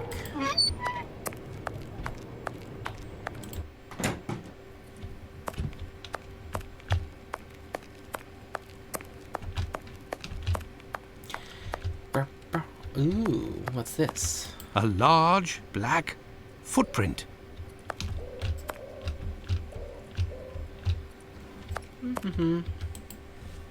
Good evening, Doctor. My name is Dr. Watson. Pleased to meet you. Good evening. I am Dr. Gibbons. Likewise. Pardon me, Footprints. Doctor, but who made the large black footprints there near the beds? The brother of one of my patients. The poor thing had a leg amputated after colliding with a carriage. We arranged to find her a prosthesis. Prostheses are very expensive. How did this man pay? He told me that one of his uncles gave him a walking stick with a chiselled silver knob. I agreed to accept this knob in exchange for a simple prosthesis with harness. But this object is of great value and I could finance half a dozen other prostheses by selling it on Petticoat Lane. Goodbye, Dr. Gibbons. Until we meet again, my dear colleague. This whole affair with the cane is rather odd. Why would an apparently rich uncle give a highly valuable but totally useless cane to help his niece, rather than simply giving her money? That's true. Lucy's, maybe? Hey, yo. Oh, it's you. I'm coming. Dr. Watson, how are you? Your uncle. Well, and yourself? And how's your uncle? Oh, he sleeps a lot, but he doesn't seem to be suffering. Your medicine has worked wonders. Thank you again. It was the least I could do. Leathery. I have come to see you about a certain Leather Apron. Have you heard of him? Oh, yes, of course. Terrible things are said about that man. Have you ever come across him? Goodness gracious, no. But I know that he has threatened and taken many girls in my situation. I don't know what more I can say, but Bella will be able to tell you some. Who is Bella? Who is Bella? Bella Pullman. She's the landlady of the place where I could take you there if you like. Please do. It's me. It's Lucy. This gentleman would like to speak to Bella. It's the doctor who helped me. I must leave to return to my uncle. Thanks again. Ooh, we get to go in here. Out of the way, I don't like the look of you. That is not the voice I expected to come out of you. Bam, bam, bam.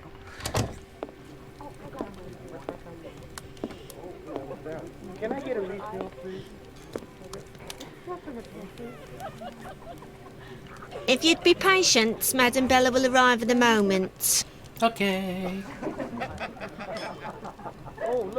Good evening. I am Dr. Watson. It is young Lucy who told me to come see you. Ah, so you're the Good Samaritan who saved her uncle without asking for anything in return. And now you've come to see me, no doubt, to explain that the poor little thing doesn't belong here, and you will see to her future. Well, if you expect me to let her leave with you... It's not that, ma'am. You should know I am a married man. And why should that matter? I need some information. I believe there has been a misunderstanding. The reason that Lucy sent me here is that you may be able to give me some information about Leather Apron. Are you a doctor or a constable? I am most certainly a doctor, but I am acting in this matter in a private capacity, and I would like to find this man. Well, if you're able to rid us of him, I'll give you a week's worth of free passes. That man is a thorn in our sides. He spies on the girls in the streets and watches them inside the houses, spying through the windows. And as soon as they're finished with a client, he jumps on them without any warning and forces them to give him their money. I've never seen him, but one of my girls was attacked by this man, and she said that he wore a leather apron and carried a knife. And his face, oh, he has a horrible head with rat's eyes and a deformed mouth. She even said that she knew his name, Pizer or Pizer, I think. But I don't know where she can be found. Margie, Nutcracker, the girl I'm talking about, could tell you more, but I had to let her go last week. Where is Margie? Why did you let Margie go? The poor girl caught a shameful sickness, and the symptoms have attacked her face, if you know what I mean. So I gave her notice, and a little bit to help her along. I don't know where she is now, but she'll certainly be getting treatment at the clinic if she's still in the neighbourhood. Did you speak to the police? What would they do? Who cares about the girls in the streets? I cares about the girls in the street. Would you have received a visit from another doctor, a stranger by the name of Tumblety? I'm just like you, Doctor. Sworn to secrecy in my profession. But as I've taken a fancy to you, I can tell you that this name is not unknown to me. And if you do me a little favour, it is possible I might remember something about him. What? What kind of favour must I do for you? You see that man over there? He's a rich artist, a painter, a regular client round here. Well, yesterday, he came and left his cane in the umbrella stand in the hall before going into one of the rooms. Well, when he returned to this room, the cane had disappeared. It's a cane with a massive silver knob. Must be worth a fortune. He threatened to call the police unless he got free services in my establishment for a year.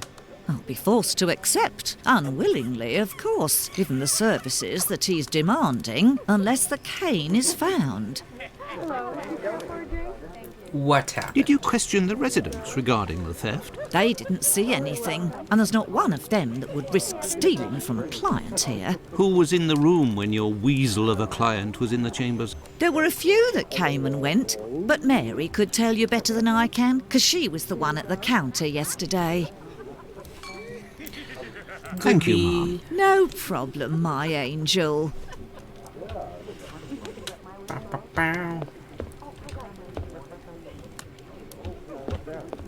Best not to stray off in that direction. Best not to stray off in that direction. What happened to this rug? Oh, it's when we got a coal yesterday. I asked the young man to fill the pail.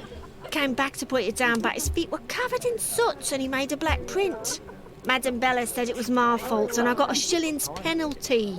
I also have to clean the print and it's no picnic. He has immense feet, that boy. I heard that there was a theft yesterday. Did you see anything? No, and I was here the whole time. Who delivers the coal? It's never the same person. I've never seen that lad before. The coat stand. Do you always keep an eye on the coat stand? Oh, yes. Well, when the coal delivery came, a client came out of the chambers and stopped me from seeing the boy who brought the bucket of coal. You don't think he would have taken advantage? I do. Until next time, miss. With pleasure, sir.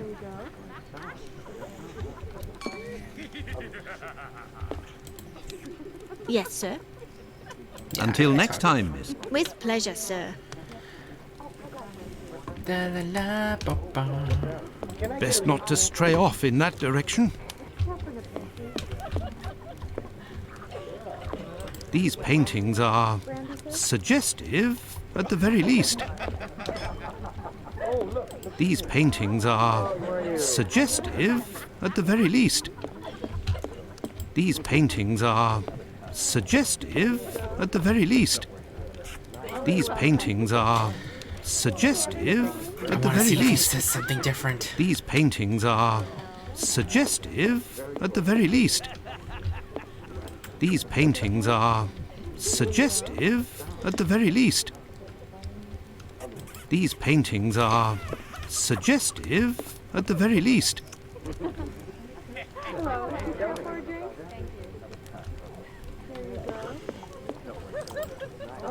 Good evening, sir. Good evening, my dear man. I was led to believe that you're a doctor.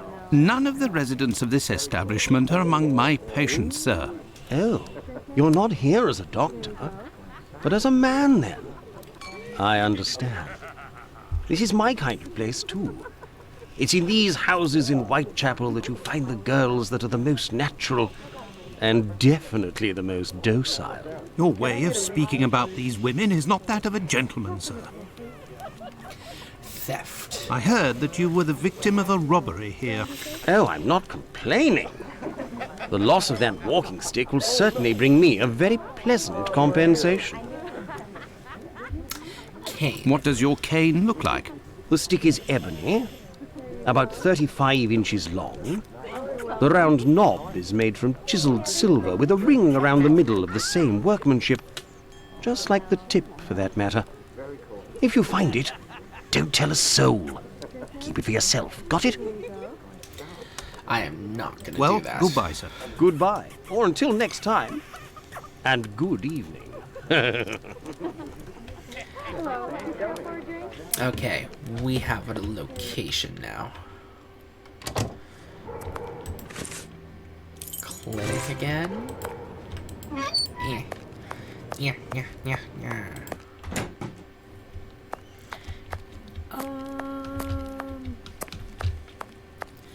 There should be a lady, which is you. Hey, yo, Doc. What can I do for you, my dear colleague? I have come to see you about one of your patients. Margie goes by the nickname Nutcracker, who gets her prescription from the clinic. She's a lady of the night and is afflicted with a venereal disease. I know who you're talking about. Indeed, Margie has syphilis and is being treated with mercury. Do you have her address? No, And for your information, she left London for good 3 days ago. She felt threatened. Who's threatening Margie? Margie felt threatened. But by whom? I believe that Margie was particularly scared of a terrifying man who attacked her once. Did she say the name Pizer or Pyther? Unfortunately, she didn't give a name, but she described a man with shifty, rat-like eyes and a mouth twisted in a sinister grimace. Attacker? Did Margie have any idea where this man who terrified her so much might be found? No, but she told me that another girl who'd been attacked like her had told her that this man worked in a cobbler's run by an old Israeli. Also, she saw him again last week, the night of the big fire. She told of going to see the fire like most everyone else in the area. While there, she recognised her attacker in the crowds gathered at the warehouses. There was no mistaking a face like that, she said. She kept an eye on the man the whole time the firemen were working in order to avoid him. The stolen cane. Doctor, I have reason to believe that the silver knob that you possess is from a cane that was stolen by the man who brought it to you. And I believe I know to whom it belongs. That's what I was worried about. The story of the uncle seemed a little strange. Nevertheless, you must have proof of what you claim. I will show you all of the knobs that we have here. If you find the knob that the young man gave me, I will believe you. So be it, but something is bothering me. I will need a complete cane, not just a knob. Don't worry, dear chap, build one. I can loan you some tools. Make use of the odds and ends in my cupboard. It'll help get rid of it. Well, I shall try. I will have to remember the description that Sickert gave. Goodbye, Dr. Gibbons. Until we meet again, my dear colleague. Yeah. Puzzle time, I'm assuming. Oh my god. Okay, let's see. Dialogues. Where? The stick is ebony, 35 inches. Chiseled silver with a ring. Okay. So, ebony. And if we put you... Right?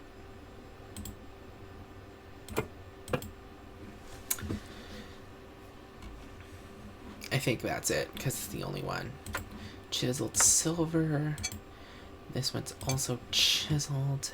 And this one? There, all done. Holmes couldn't have done better himself. What can I do for you, my dear colleague? The knob.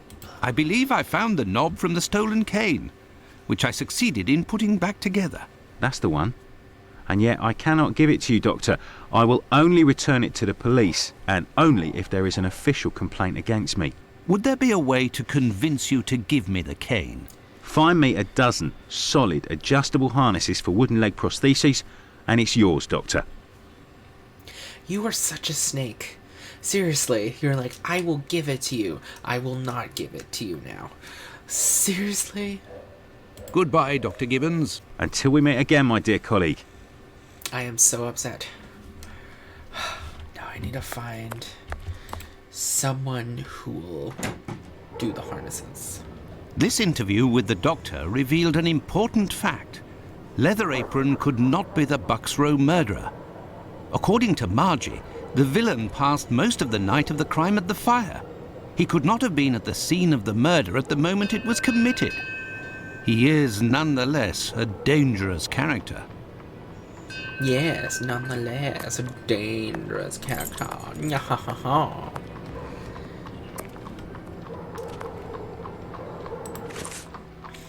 Sending new map markers. Brothel. Lucy's place, boarding house. I wonder if the boarding house... Let's check. Will he be like, hey... What do you want, Doctor?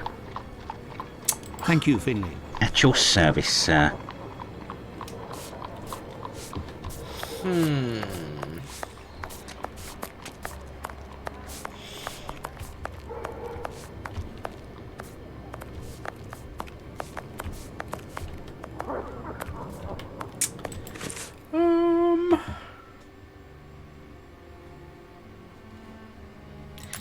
notes. Up. Da-da-da-da-da.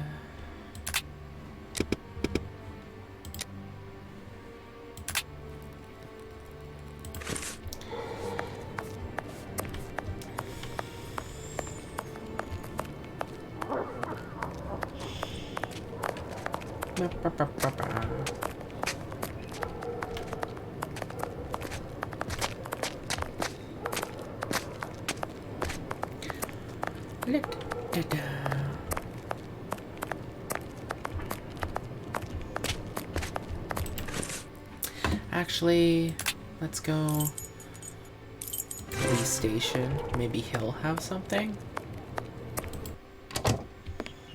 Hey, yo. The night is cool. What a horrible summer we have had. Tumblety. Does the name Tumblety mean anything to you? Not at all. But if you like, I can make inquiries. Fine, why not? One never knows. Does the name Tumblety mean anything to you? Not at all. But if you like, I can make inquiries. Fine, why not? One never knows. Goodbye. Well, goodbye. Why, Mouse? Why do you do this to me? Ugh, so you're no help.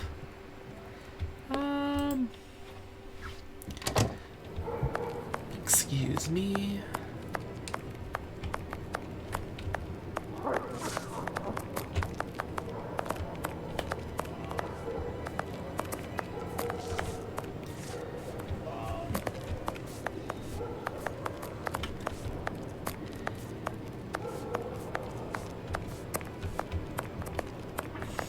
I need to find harnesses. Where would I find harnesses?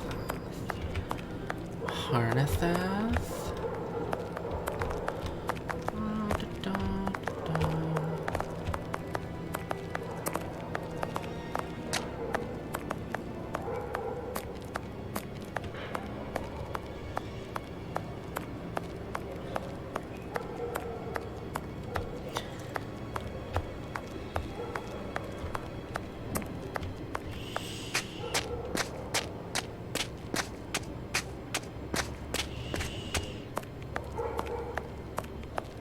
The Wasp's Nest.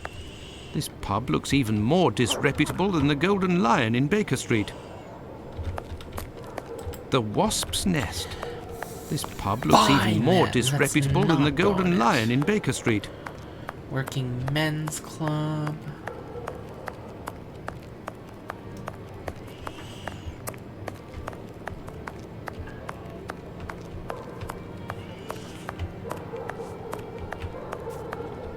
Colder. Taste that. It'll liven you up more than the clinic, and not nearly as dangerous.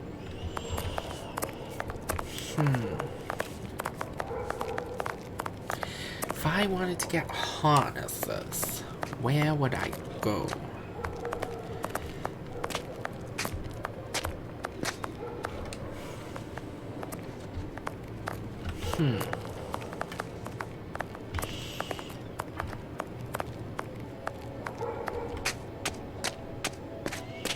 See if Bella knows anything.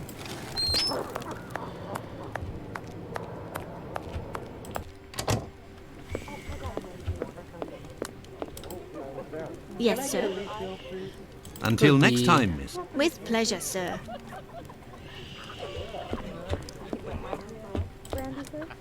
Yes, Dr. Watson? Thank you, ma'am. No problem, my angel.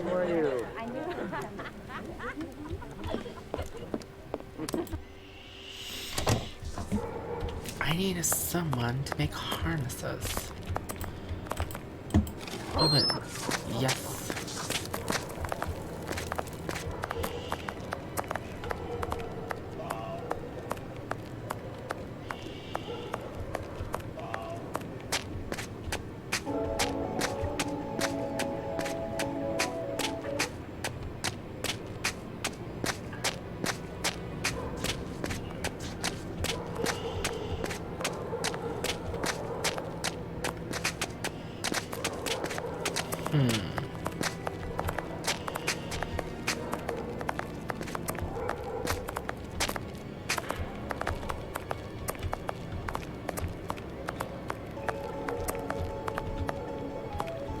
tell me, is it...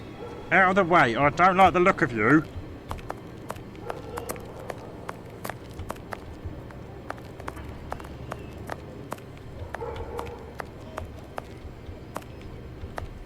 a cobbler's shop? Is this what I need? There's nobody here. How very odd. Is it odd? He could be out for a lunch break. Like, we don't know when he started working.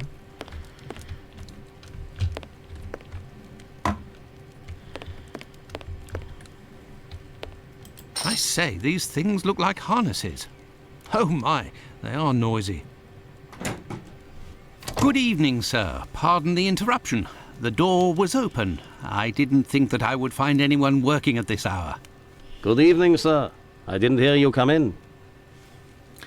Harnesses. Say, those things that made noise, they are really harnesses, aren't they? Yes, horse harnesses. But I must tell you, sir, that the store is normally closed at this hour.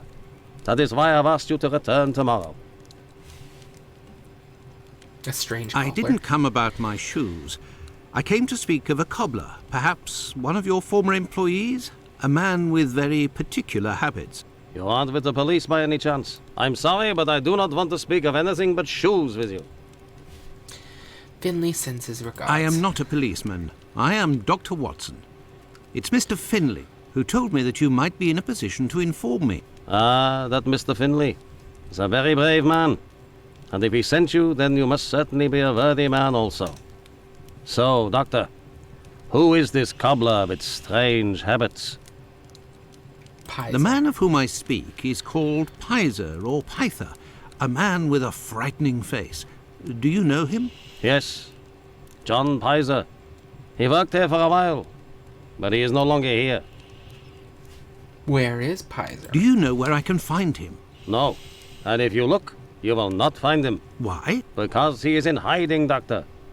You see, a week ago, a horrible murder took place in the neighborhood. A rumor circulated that he might have been responsible for this crime. They say he has quarreled with women of certain virtue in the past, if you understand me. Bucks Row? Isaac, it is about the Bucks Row case that I have come to see you. I have the certitude and an incontestable witness that Pizer is innocent, at least of this crime, although he has attacked a number of street women. If he doesn't come forward to explain himself to the authorities, he is condemned to hiding and to take the fall for this murder. Furthermore, it will cast suspicions on your community because they must be hiding him. And while the whole police force is hunting for him, they cannot concentrate on the real assassin who roams the streets and, one never knows, may take any one of you any day. If what you say is true, your visit is a godsend to our community, Doctor. I tell you something. I know Sergeant Thick, an honest policeman who lives in the area. I'll tell John's family that he must go there to explain himself. But if you could please go as soon as possible to the police to give them this report that you say is incontestable. I will go as soon as I take leave of you. Thank you. If I can ever be of service in any way, do not hesitate to ask. Harnesses? Could we transform your horse harnesses into harnesses for wooden legs? Adjustable harnesses? A good craftsman can do anything, Doctor. And I do believe that's what I am. Come back in a while and it will be done. That will be my thanks for what you have done. Goodbye. I shall return later.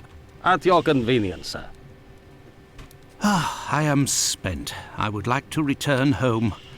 But I promised to go to the police as soon as I could. Now Yes. then, let's go to the police station. I wonder if we should go to the police station. I wonder. Although, with how dumb I've been tonight, yeah, you have to say it a lot. Ayo. Meanwhile,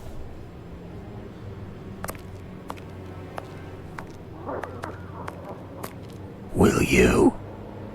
Yes. Hey, Doctor, you seem tired. Were you wandering the darker parts of Whitechapel all night? You could say that. I have some information on Leatherapron, the man of whom we spoke earlier. Do you know where he is? No, but I can clear him of the Bucks Row crime. A witness proved him totally innocent.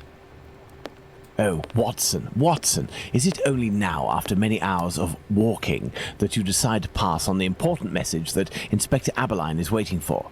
But, no. But what are you doing here, Holmes? I was worried, Watson, and with good reason it would appear. Go give the message to this policeman and let's go home. Nobody appreciates me hanging around here, you know, and it's freezing cold. Ah, Cradle, none too soon. You will take the testimony of this. No, you continue with your duty shift. I must find Chandler in Ambury Street. He struck again. Who? The murderer, the Bucks Row assassin. Hanbury Street. Let's go, Watson. We have no time to lose.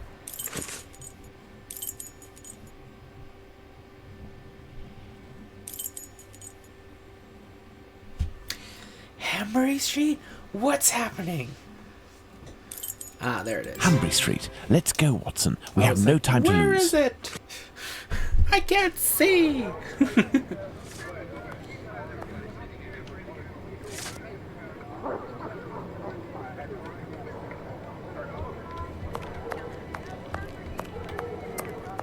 I ain't going that way. I walk at the beat of my own drum. I have no reason to go that way. Fine.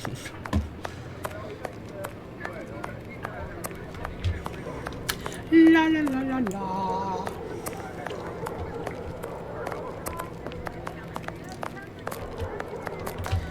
Can I go all the way this way? Did you see Pardon anything? me, but can you give me some information? If you're looking for a princess lover, you found her. Wow, this lady gets around. I have no reason to go that way. Fine. I must search everywhere.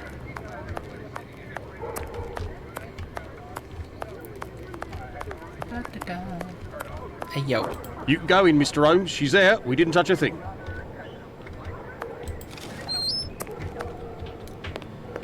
Ew, ew, ew. Upstairs? Is she up here? Nice that it lets you upstairs, though. Yes, Watson, I see you. Do-do-do.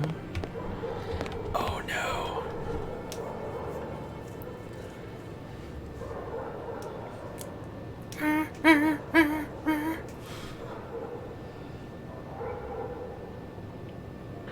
It was very good of PC Chandler to let us pass. He said no one has touched the corpse. It's the perfect opportunity for us to put our skills to the test. Watson, let's not waste it. Yes, Watson, let's not waste this opportunity to search everywhere else first. La-da-da. Ooh. What a stench! Nobody is hiding inside. I have nothing to ask.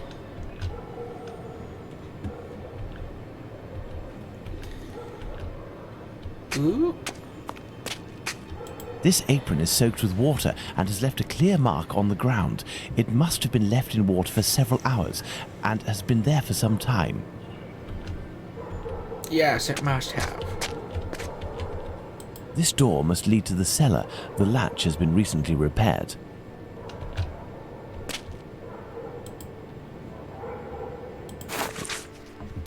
London, August 1888. A torn envelope. It smells of rubbing alcohol. It contains 3 pills. I will take one. 2 should suffice for the police. A piece of coarse muslin. There are no trails on the ground. There's no sign of a struggle. 2 combs, curiously arranged. Bloodstains on the wall.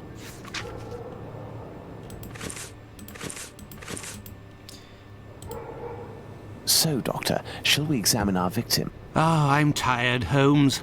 I'm not sure if I am in a state to do this work. Come, Watson, there is little time. Show me what you're made of.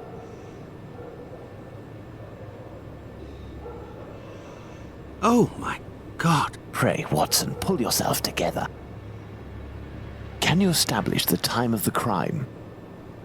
The extremities of the corpse are cold and rigor mortis is beginning to set in. I would say that the murder was committed over 2 hours ago, before 4:30 a.m.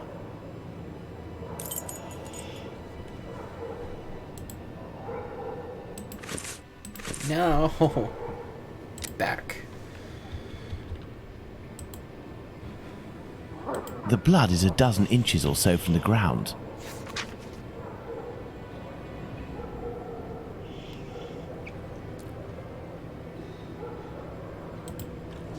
Now let's look at the stomach, or at least what remains of it.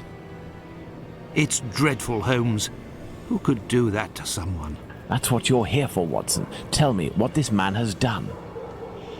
The stomach has been entirely opened and... Oh, my God! A number of organs have been removed. So you're telling me that the organs were removed, Watson? They weren't ripped out?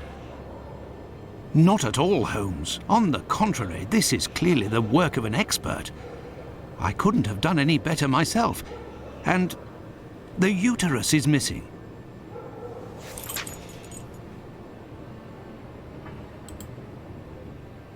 Looky here. It would seem he has a mark on his left hand.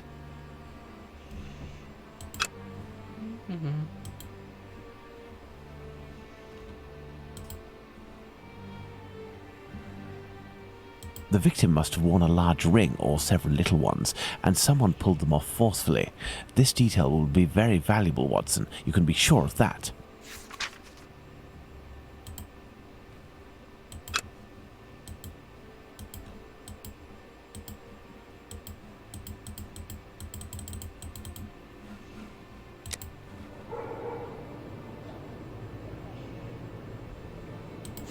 Let's look at this poor woman more closely.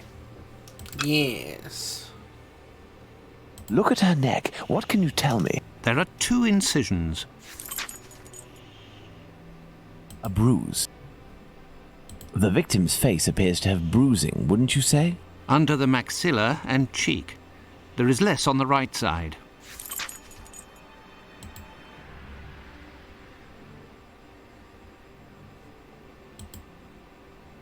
The tongue is swollen. My dear Watson, now that we have found all of our clues, nothing remains but to subject them to our most likely hypotheses in order to deduce the facts. Okay. Let's hope I do better this time, because that was embarrassing.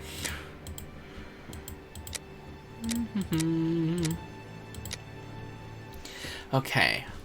Neither footsteps nor streaks of blood on the ground. The killer blurred the traces. The victim wasn't dragged. The killer carried the victim. The victim wasn't dragged.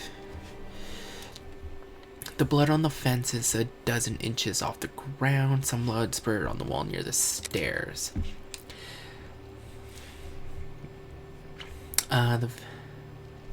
The victim had her throat slit while lying down and still alive. The victim had her throat slit while standing up. The victim had her throat slit while lying down, already dead.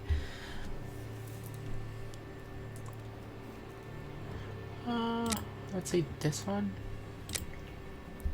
A. Chapman's murder cleaned the ground. A. Chapman's murder took place elsewhere. No? Yes. Okay. The victim has bruises under the right jawbone beneath the left cheek. Oh god, this is gonna happen again. Left, right? I don't understand. Has bruises under the right jawbone. Beneath the left cheek.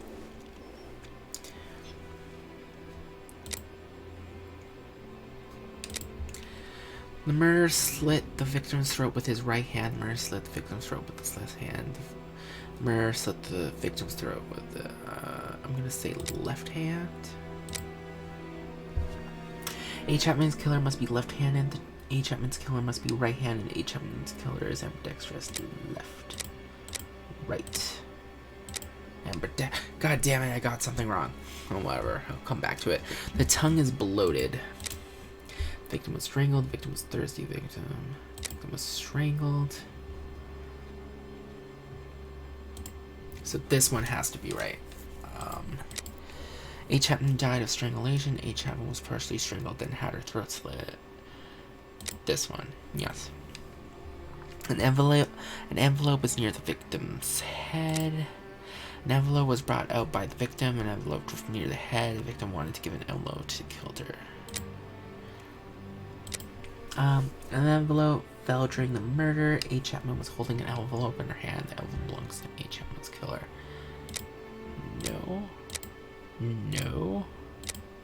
There we go. Okay. Now to fix this one. Or I guess I could go on to the new ones. The items at the victim's feet are very orderly. These items fell at the moment of the murder. These items belong to the killer. These items belong to the victim. A. Chapman struggled greatly. A. Chapman possesses some feminine items. The murderer searched A. Chapman. That's what it tells me. A. Chapman's murderer likes combs. A. Chapman's murderer is unfeeling and organized. Unfeeling and organized. The body is cold at the extremities and rigor mortis has barely started. The crime was committed over 2 hours ago. The crime. The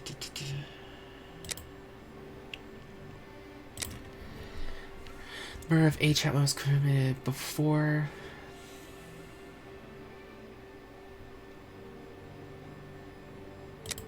Yes. Recent large scrape on the first phalanx of the middle finger. The victim struggled against murder and scratched him. The victim must have worn one or more rings. The victim had arthritis. This one. A. Chapman took off her rings. A. Chapman murderer is a weak man. The murderer stole A. Chapman's rings. This one seems most likely. Ugh.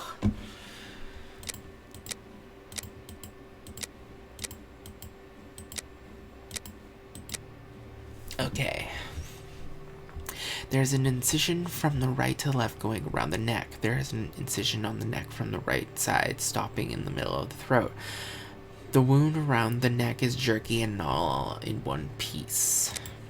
The murderer used a bad knife. The murderer used a very sharp blade. The murderer panicked, used a bad knife, I'm assuming. Right?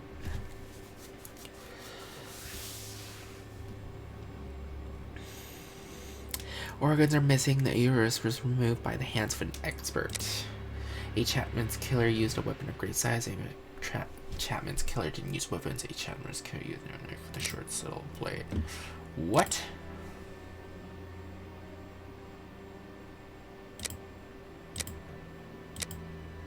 Oh. Weapon of great size. Okay. Ripped out. And taken. This one. Killer has a knowledge of anatomy. Killer has lost the universe. This one. A. Chapman's killer drew marks on her face. Killer wanted to remove the glottis. No. No. He used a bad knife. He used a sharp knife. There we go. Okay.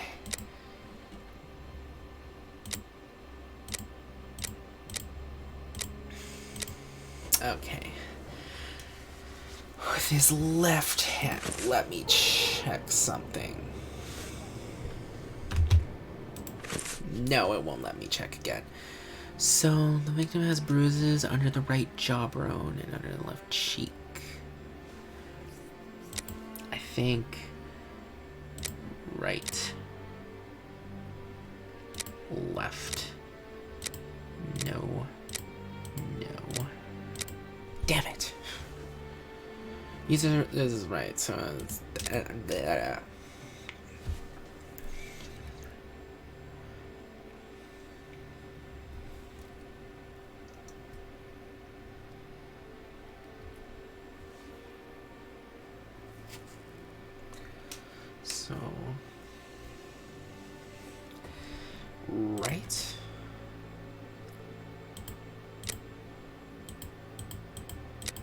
No?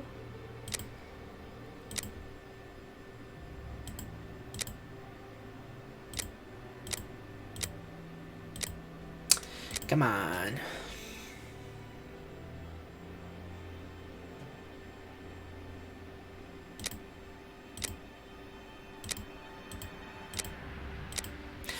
What am I getting wrong? Or am I switching them up again? Left, right. If it's under... Actually, that would be awkward. So it would be the left hand? Yeah.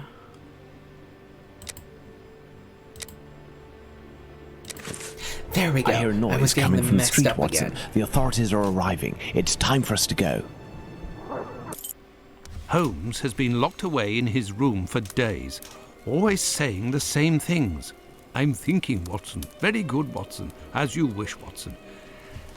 But I am thinking too, so much so that I can't sleep. Annie Chapman. Good Lord.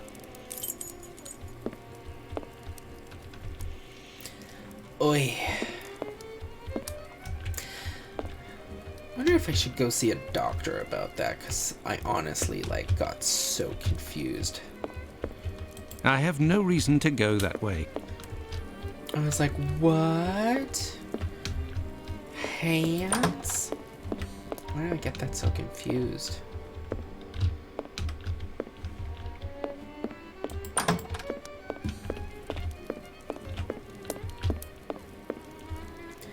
Yeah, I don't want to bother him. Here's our giant deduction board. Holmes examined the broken jar that belonged to Finley's tenant. I wonder what this substance is. I don't recognize the odor. Formalin, Watson. This jar contained formalin. Interesting, don't you think? I've been waiting for something for days. Just the tiniest bit of news that would make sense of this whole matter. But there's nothing, neither from the press nor the police. Unless Inspector Aberline is holding on to some information without realizing its importance, which is quite possible. It is time for you to return to the police station in Whitechapel, Watson. And didn't you tell me that you had a matter to take care of it? Take advantage of it to learn more about this pill and its contents. Ah, but Holmes, it's late, and spending another night in this district is hardly my idea of entertainment. I know, Doctor, but we don't have any choice. Time is against us. Take your pistol in case you run into any troublesome characters. Fine, as you wish, Holmes. Oh my god, going back to Whitechapel? Let's go to the police station. I need to learn about right and left hands because I can't tell the difference, apparently. Good evening. I hope I'm not disturbing you. Not at all, Doctor. This man, Mr. Richardson, is a witness to the horrid affair at 29 Hanbury Street, the murder of Annie Chapman. We are discussing the relevance of his testimony. Testimony? You're probably not in a position to discuss it with me, but I would like to know more about what you call the relevance of this young man's testimony. Oh, there's no secrecy. It's simply that the testimony given by Mr. Richardson doesn't match the time of death given by the coroner, Dr. Phillips. What was the time of death, according to him? Before 4:30 in the morning. Other witnesses? My conclusions were the same. Were there any other conflicting testimonies? Well, 2 other witnesses summoned at the preliminary inquest gave testimony, but in these cases too, the times don't match. Do you remember what it was they said? I didn't question them myself. A colleague of mine took down their statements on paper, but on deciding they were of little use, he tore them up and threw them in the bin. There's no point in being bogged down with useless paperwork. Why? Why would you do that? I will take my leave, Humphreys. Goodbye, Doctor. Why do you make my job harder? Why? Heyo. May I introduce myself? I'm Dr. Watson. I am... You wouldn't be the chap what writes the detective stories in that there paper? Well, yes, indeed, my stories have been published in the Strand. Go blimey, wanna tell me old mum? It would seem your testimony is the subject of some debate. Could you tell me what it was about? They'll be telling I'm a bit befuddled about the times that I told them. But it can't be so. I knows what I sees and what I don't sees that morning. What did you see, or what didn't you see? And at what time, would you say? I'll tell you this for nothing. It's me old mum who lives at the house where the body was found out back in the garden. She has her shop at the bottom to the right of the stairs. Her door was broken down not too far back because it's a real zoo it is. Right, the morning it happened, I head that way to see if me old mum has finally had the place broken into. It was 4:45 when I got there. That I'll swear on me dear old mum's life. I had a look round to see if the cellar had been taken. No. I had a little sit down on the stairs by the courtyard because me shoes were causing me no end of pain and I had a cut and all. I didn't seize a single thing below the steps, Doctor, not one single thing. If there was some bird all covered in blood, tain't no how I could have missed that, even if it were night time. Right, 5 minutes after getting to number 29, I had to clip off. And now they tells me that either I can't tell time no more, or I was fixing me loafer next to a stiff that was still steaming. All right then, evening gents. Oh, I guess we're done. Well then, now you. Let's see. It's just a newspaper. April 18th, 1886. At gunpoint from the White Plume Mountain Inn, almost called the Kayak Affair, 5 years dart poor. Benjamin Benny the scholar, I'm not going to say that where, 46, Hudgewich, falsifying bank records, using false bank records, misappropriation of funds to the detriment of the Royal Bank of London, 8 years Dartmoor. Jacob Levy, 30, at gate theft of weight of meat from his employer. Hyman Sampson, butcher at 58 Golden Street, Whitechapel, 20 months. Exit County Asylum. Ron Obvious, 26, address unknown. Vagrancy, embezzlement, indecent assault, degradation of religious building to the detriment of the authorities in charge of the Christchester Cathedral. City of London Lunatic Asylum, indenturement jury. James, Longfoot Jim, Noser 20. Huh. An old report on arrests that took place a few years earlier. Search the Here trash. are the ripped statements. I can piece them together again.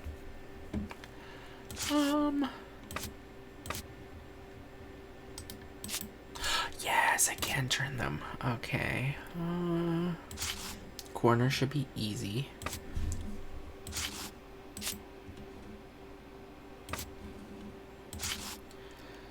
Except for that one.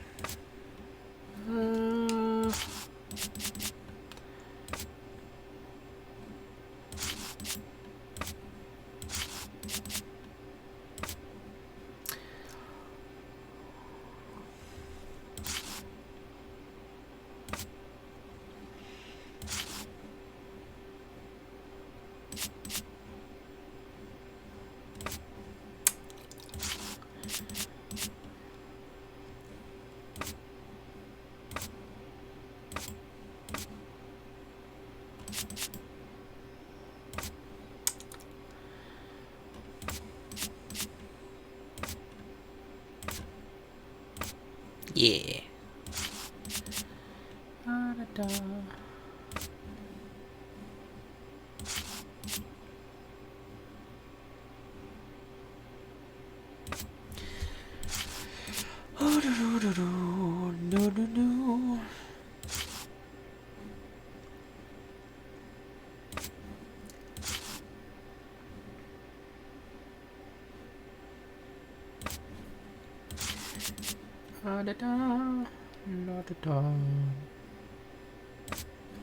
think that goes there.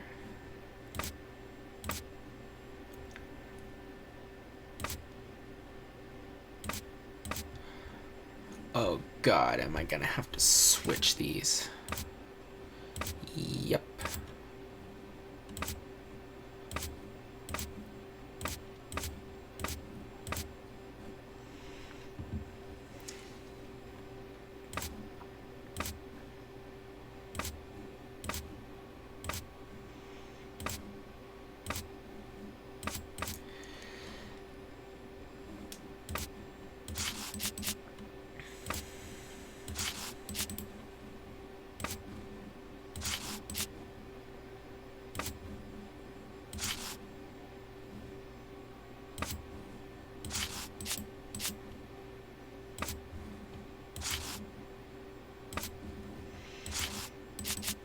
There, all done. Holmes couldn't have done better himself. Oh my god.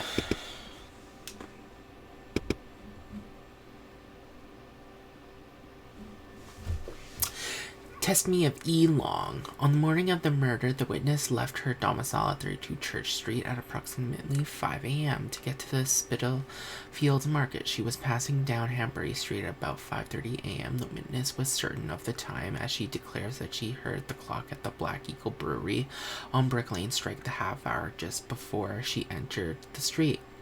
In front of 29 Hanbury Street, she saw a man and woman talking. It would be noted that the witness identified the body of Annie Chapman at the morgue as being the aforementioned woman.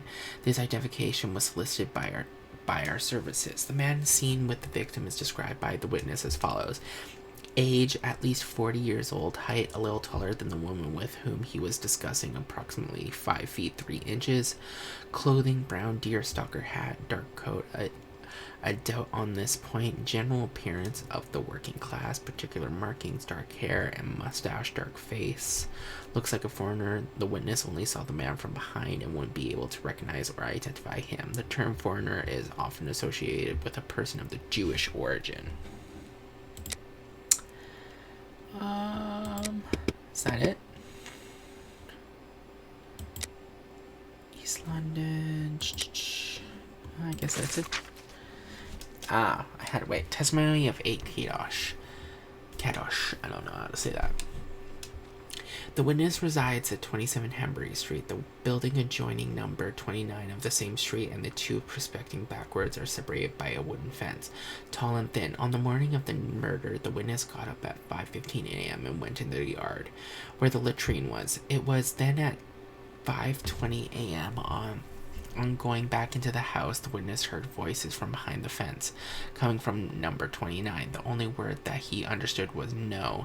He went into the building again, but returned to the yard approximately 4 minutes later, whereupon he heard a noise as if something fell against the fence. He then departed for work. When he passed in front of the Spitalfields Church, it was approximately 5:32 a.m.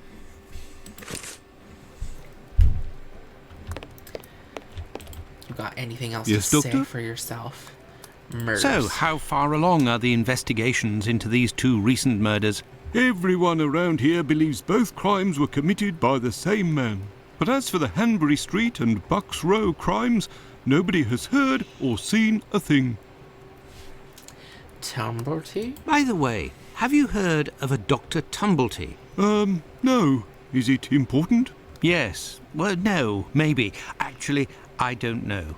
I have heard about this man, his frequent nocturnal outings and bizarre behaviour. What does this chap look like, Doctor? And where can we find him? Finley. The last I heard was that he was staying at Finley's place, the man who was looking for me a few days ago. It would greatly assist us if you could ask Finley what your strange associate looks like. We could then see if the description matches any witness accounts. Fine then. Goodbye. I will take my leave, Humphreys. Goodbye, Doctor.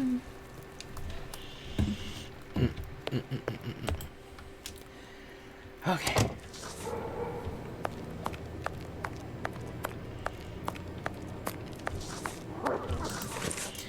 Okay, let's see. Cobbler shop. Those better be done. I've been gone a while. Good evening, Mr. Solomonovich. Good evening, Doctor. What a pleasure to see you again.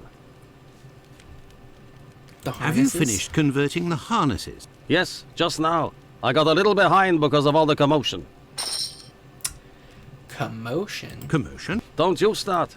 3 days ago, the very afternoon that you passed by, there was a chase throughout the neighborhood. Hundreds of people were chasing one man, claiming he was responsible for the murders these last few days. Schmonz! It was awful. I hope those maniacs didn't catch him. Better the police should. Pizer? Tell me, did John Pizer turn himself in to the police? Things unfolded as they should. Look in the newspaper, the Daily News from today. Farewell, Isaac. Goodbye, Doctor. Let's see. The Daily News, United Kingdom, the Whitechapel murders. There is a good reason why, without prejudice to the case of the man who is now in custody, the public acceptance of the maniacal theory should be endorsed and encouraged.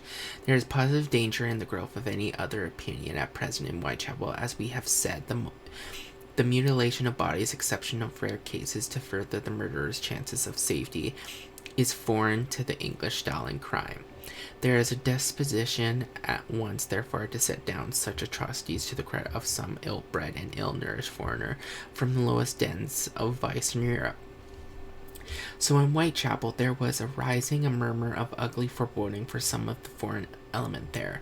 Sheer rumor of the silliest kind was beginning to take an odious precision, and there was arising in the East End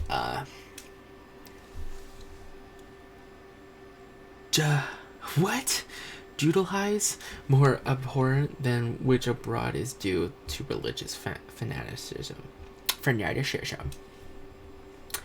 To hate the Jew for his religion, to call him misbeliever cut-throat dog, and spit upon his Jewish gabardine, even metaphorically is bad enough, but to call him leather apron and to imply thereby his readiness to murder women and practice anatomy with his knife upon them is the refinement of cruelty.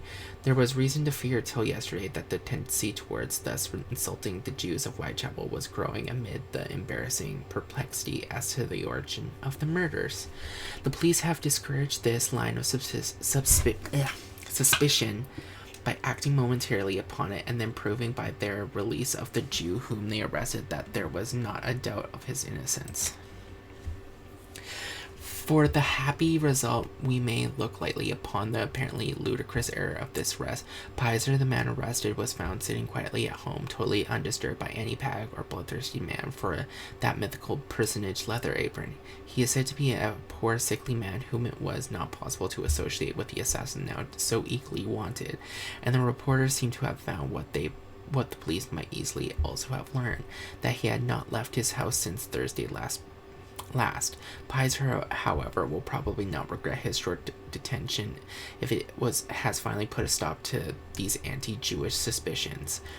The inquest on the body of Annie Chapman has opened yesterday, but without throwing any new light on the murder. As a result of the investigations of the police into the circumstances attending the murder of Annie Chapman at Whitechapel, several men were arrested yesterday on suspicion. The arrests which were considered to be the most important were those of a Polish Jew named Pizer near the scene of the crime, and of a man named Piggott at Gravesend. Pizer was released last evening, but Piggott, being considered to be insane, is to be detained under observation. Oh my god.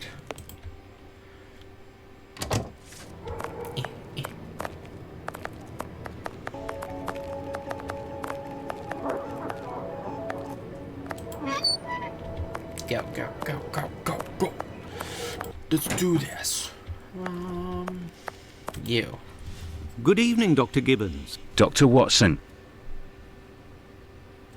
Did you keep the cane we spoke of last time? I was going to sell it tomorrow, would you believe, having not heard word. Do you have any formalin here? No, definitely not. They have it in university hospitals to conserve anatomical specimens in jars. But in a little clinic like mine, we don't keep anything but bad memories. Well, farewell, Doctor. Goodbye, Dr. Watson. I must retrieve Sickert's cane at all costs. Yes, Doctor? Here are your harnesses, Doctor. They are top quality, I'd say. Definitely worth the price of this walking stick. Here, it's yours. Goodbye. Well, farewell, Doctor. Goodbye, Dr. Watson. I must go to Miss Bella's. Yes, Doctor? Pills. Could you tell me what type of pill this is? Yes, we have those here. It's not really a medication. We give them to patients with chronic respiratory conditions like tuberculosis.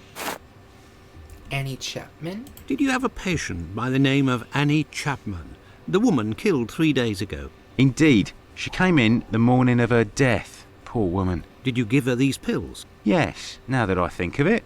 She actually came in twice. The first time I gave her an almost empty container without making her pay. She came back during the day and said she dropped the container and stepped on the pills. She wanted to know if I could give her more again without paying. I refused. After she left, a patient who was there told me that he lives at the same place and confided that she had been lying. He saw the pills fall in the tenement's communal kitchen, but the woman immediately wrapped them up in a piece of paper. Where did this paper come from? According to this man, she'd found it near the chimney in the kitchen. Anyone could have thrown that paper there. That envelope can't have anything to do with the murder. Pardon, Doctor? Nothing. I was just talking to myself. Well, farewell, Doctor. Goodbye, Dr. Watson. I must go to Miss Bella's.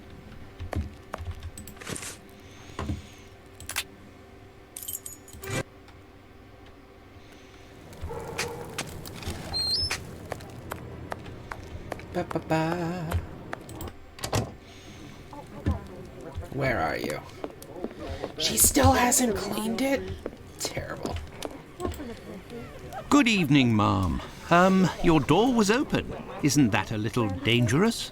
Hello, Doctor. Don't worry if the looks of anyone who enters doesn't please me. Me and my pistol know how to convince them to leave. Annie Chapman. Do you happen to know Annie Chapman, the poor woman who was killed 3 days ago? Dark Annie? Like all the drifters in the area, I've seen her once or twice. With respect to the dead, Annie really was the bottom of the barrel. What do you mean? Well, in our profession, the pretty young ones go out when night has barely fallen and don't have a problem finding takers. But poor girls like Annie or Polly Nichols, who aren't as tender and are often sick, sometimes trudge around for a whole night in the cold and the rain before landing a client. And that doesn't help their appearances either.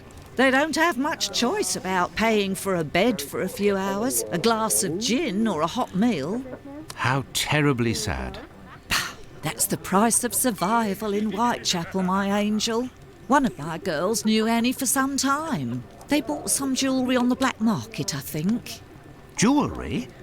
How could Annie Chapman have possibly afforded jewellery? Luxuries for a woman are always relative to her condition, Doctor.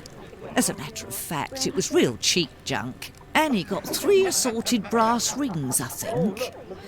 It's been said I have a memory for jewellery. Lucy? How is Lucy keeping? She's doing well, Doctor. But believe me, it won't last. Rare are the girls who can build a future in our profession. Very well, I shall let you get back to work, Ma. See you soon, my love. You're still there, Doctor? I found the cane that was stolen from your client. Here it is. Doctor, you are a real saint, I can see that. I'll finally be able to present my bill to this damned painter. If by chance you see him, tell him that a little surprise awaits him here. Tumblety? You told me you would give me some information on this Dr. Tumblety. Agreed. He's a Canadian or an American.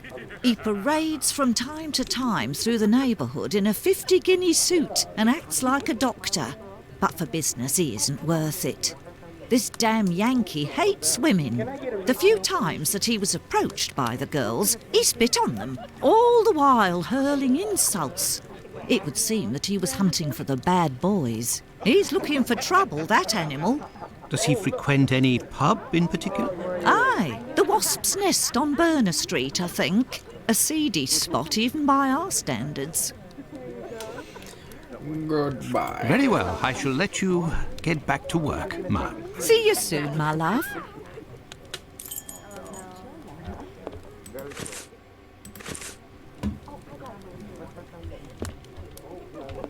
Can I get a refill, please?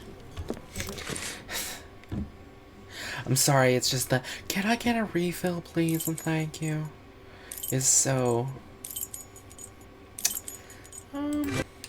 Let's see if anything's at the boarding house. There is a strong smell of gas. It seems to be coming from the abandoned building. What the hell did you do? Good evening, Finlay. How are you? Oh, good evening, Doctor. So. And you? Smell of It gas. smells of gas here. You might say, Doctor, without wanting to speak ill of the force, I have to wonder if the police are up to something. What do you mean? Well, I was outside yesterday evening when the light went out at my place, and a gas smell came from the abandoned building across from my place. And a minute later, the police arrived and were snooping all around like it was them who hit the gas before arriving. Strange Have tenant. things sorted themselves out with your strange tenant? Don't talk about it, Doctor. That man is truly bizarre. He goes to the most sordid locations once night falls. 3 days ago, my wife told me she saw him come in with blood-stained clothes and a fearsome look. Description of the tenant. Interesting. What does he look like, and how old is he?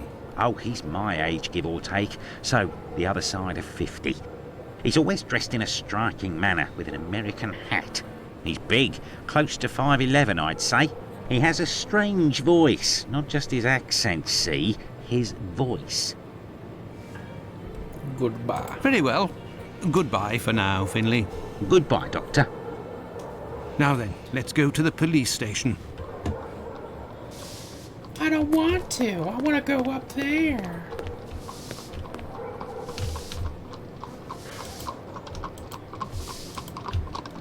Oh, I can't click it. There is a strong smell of gas. It seems to be Ow, coming ow, from the ow, abandoned ow, ow. building. Ow, ow, ow, ow, ow.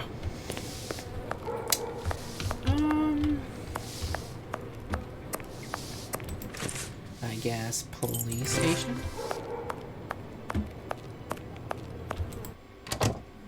Hey, yo. Yes, Doctor. Tumbletee's description. Tumbletee is a man around 5'11", about 55 years old, extravagantly dressed and with a rather distinctive voice. He boards at Finley's. You should know where that is, as the police were there only yesterday. Their arrival coincided with a strange gas leak. Ah, yes, I know where you mean. Indeed, there was an odd affair with the gas. It was rather unsettling. We were searching for a well-known scoundrel who was ratted out by Squibby, the chap we followed and saved from the pack a few days ago. This thug, no pity Bluto, must have been in the abandoned building in question. But there was no sign of him when we arrived. Furthermore, an inspector said that, given the smell, the thingamabob that supplies gas to the building was probably damaged. So we took no risks and were called away somewhere else. I will take my leave, Humphreys. Goodbye, Doctor.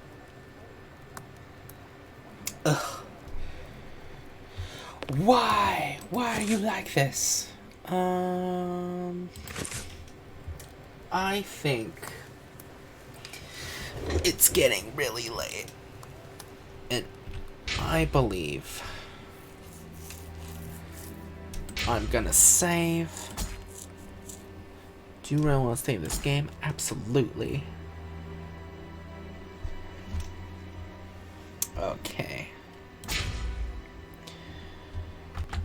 It was really fun.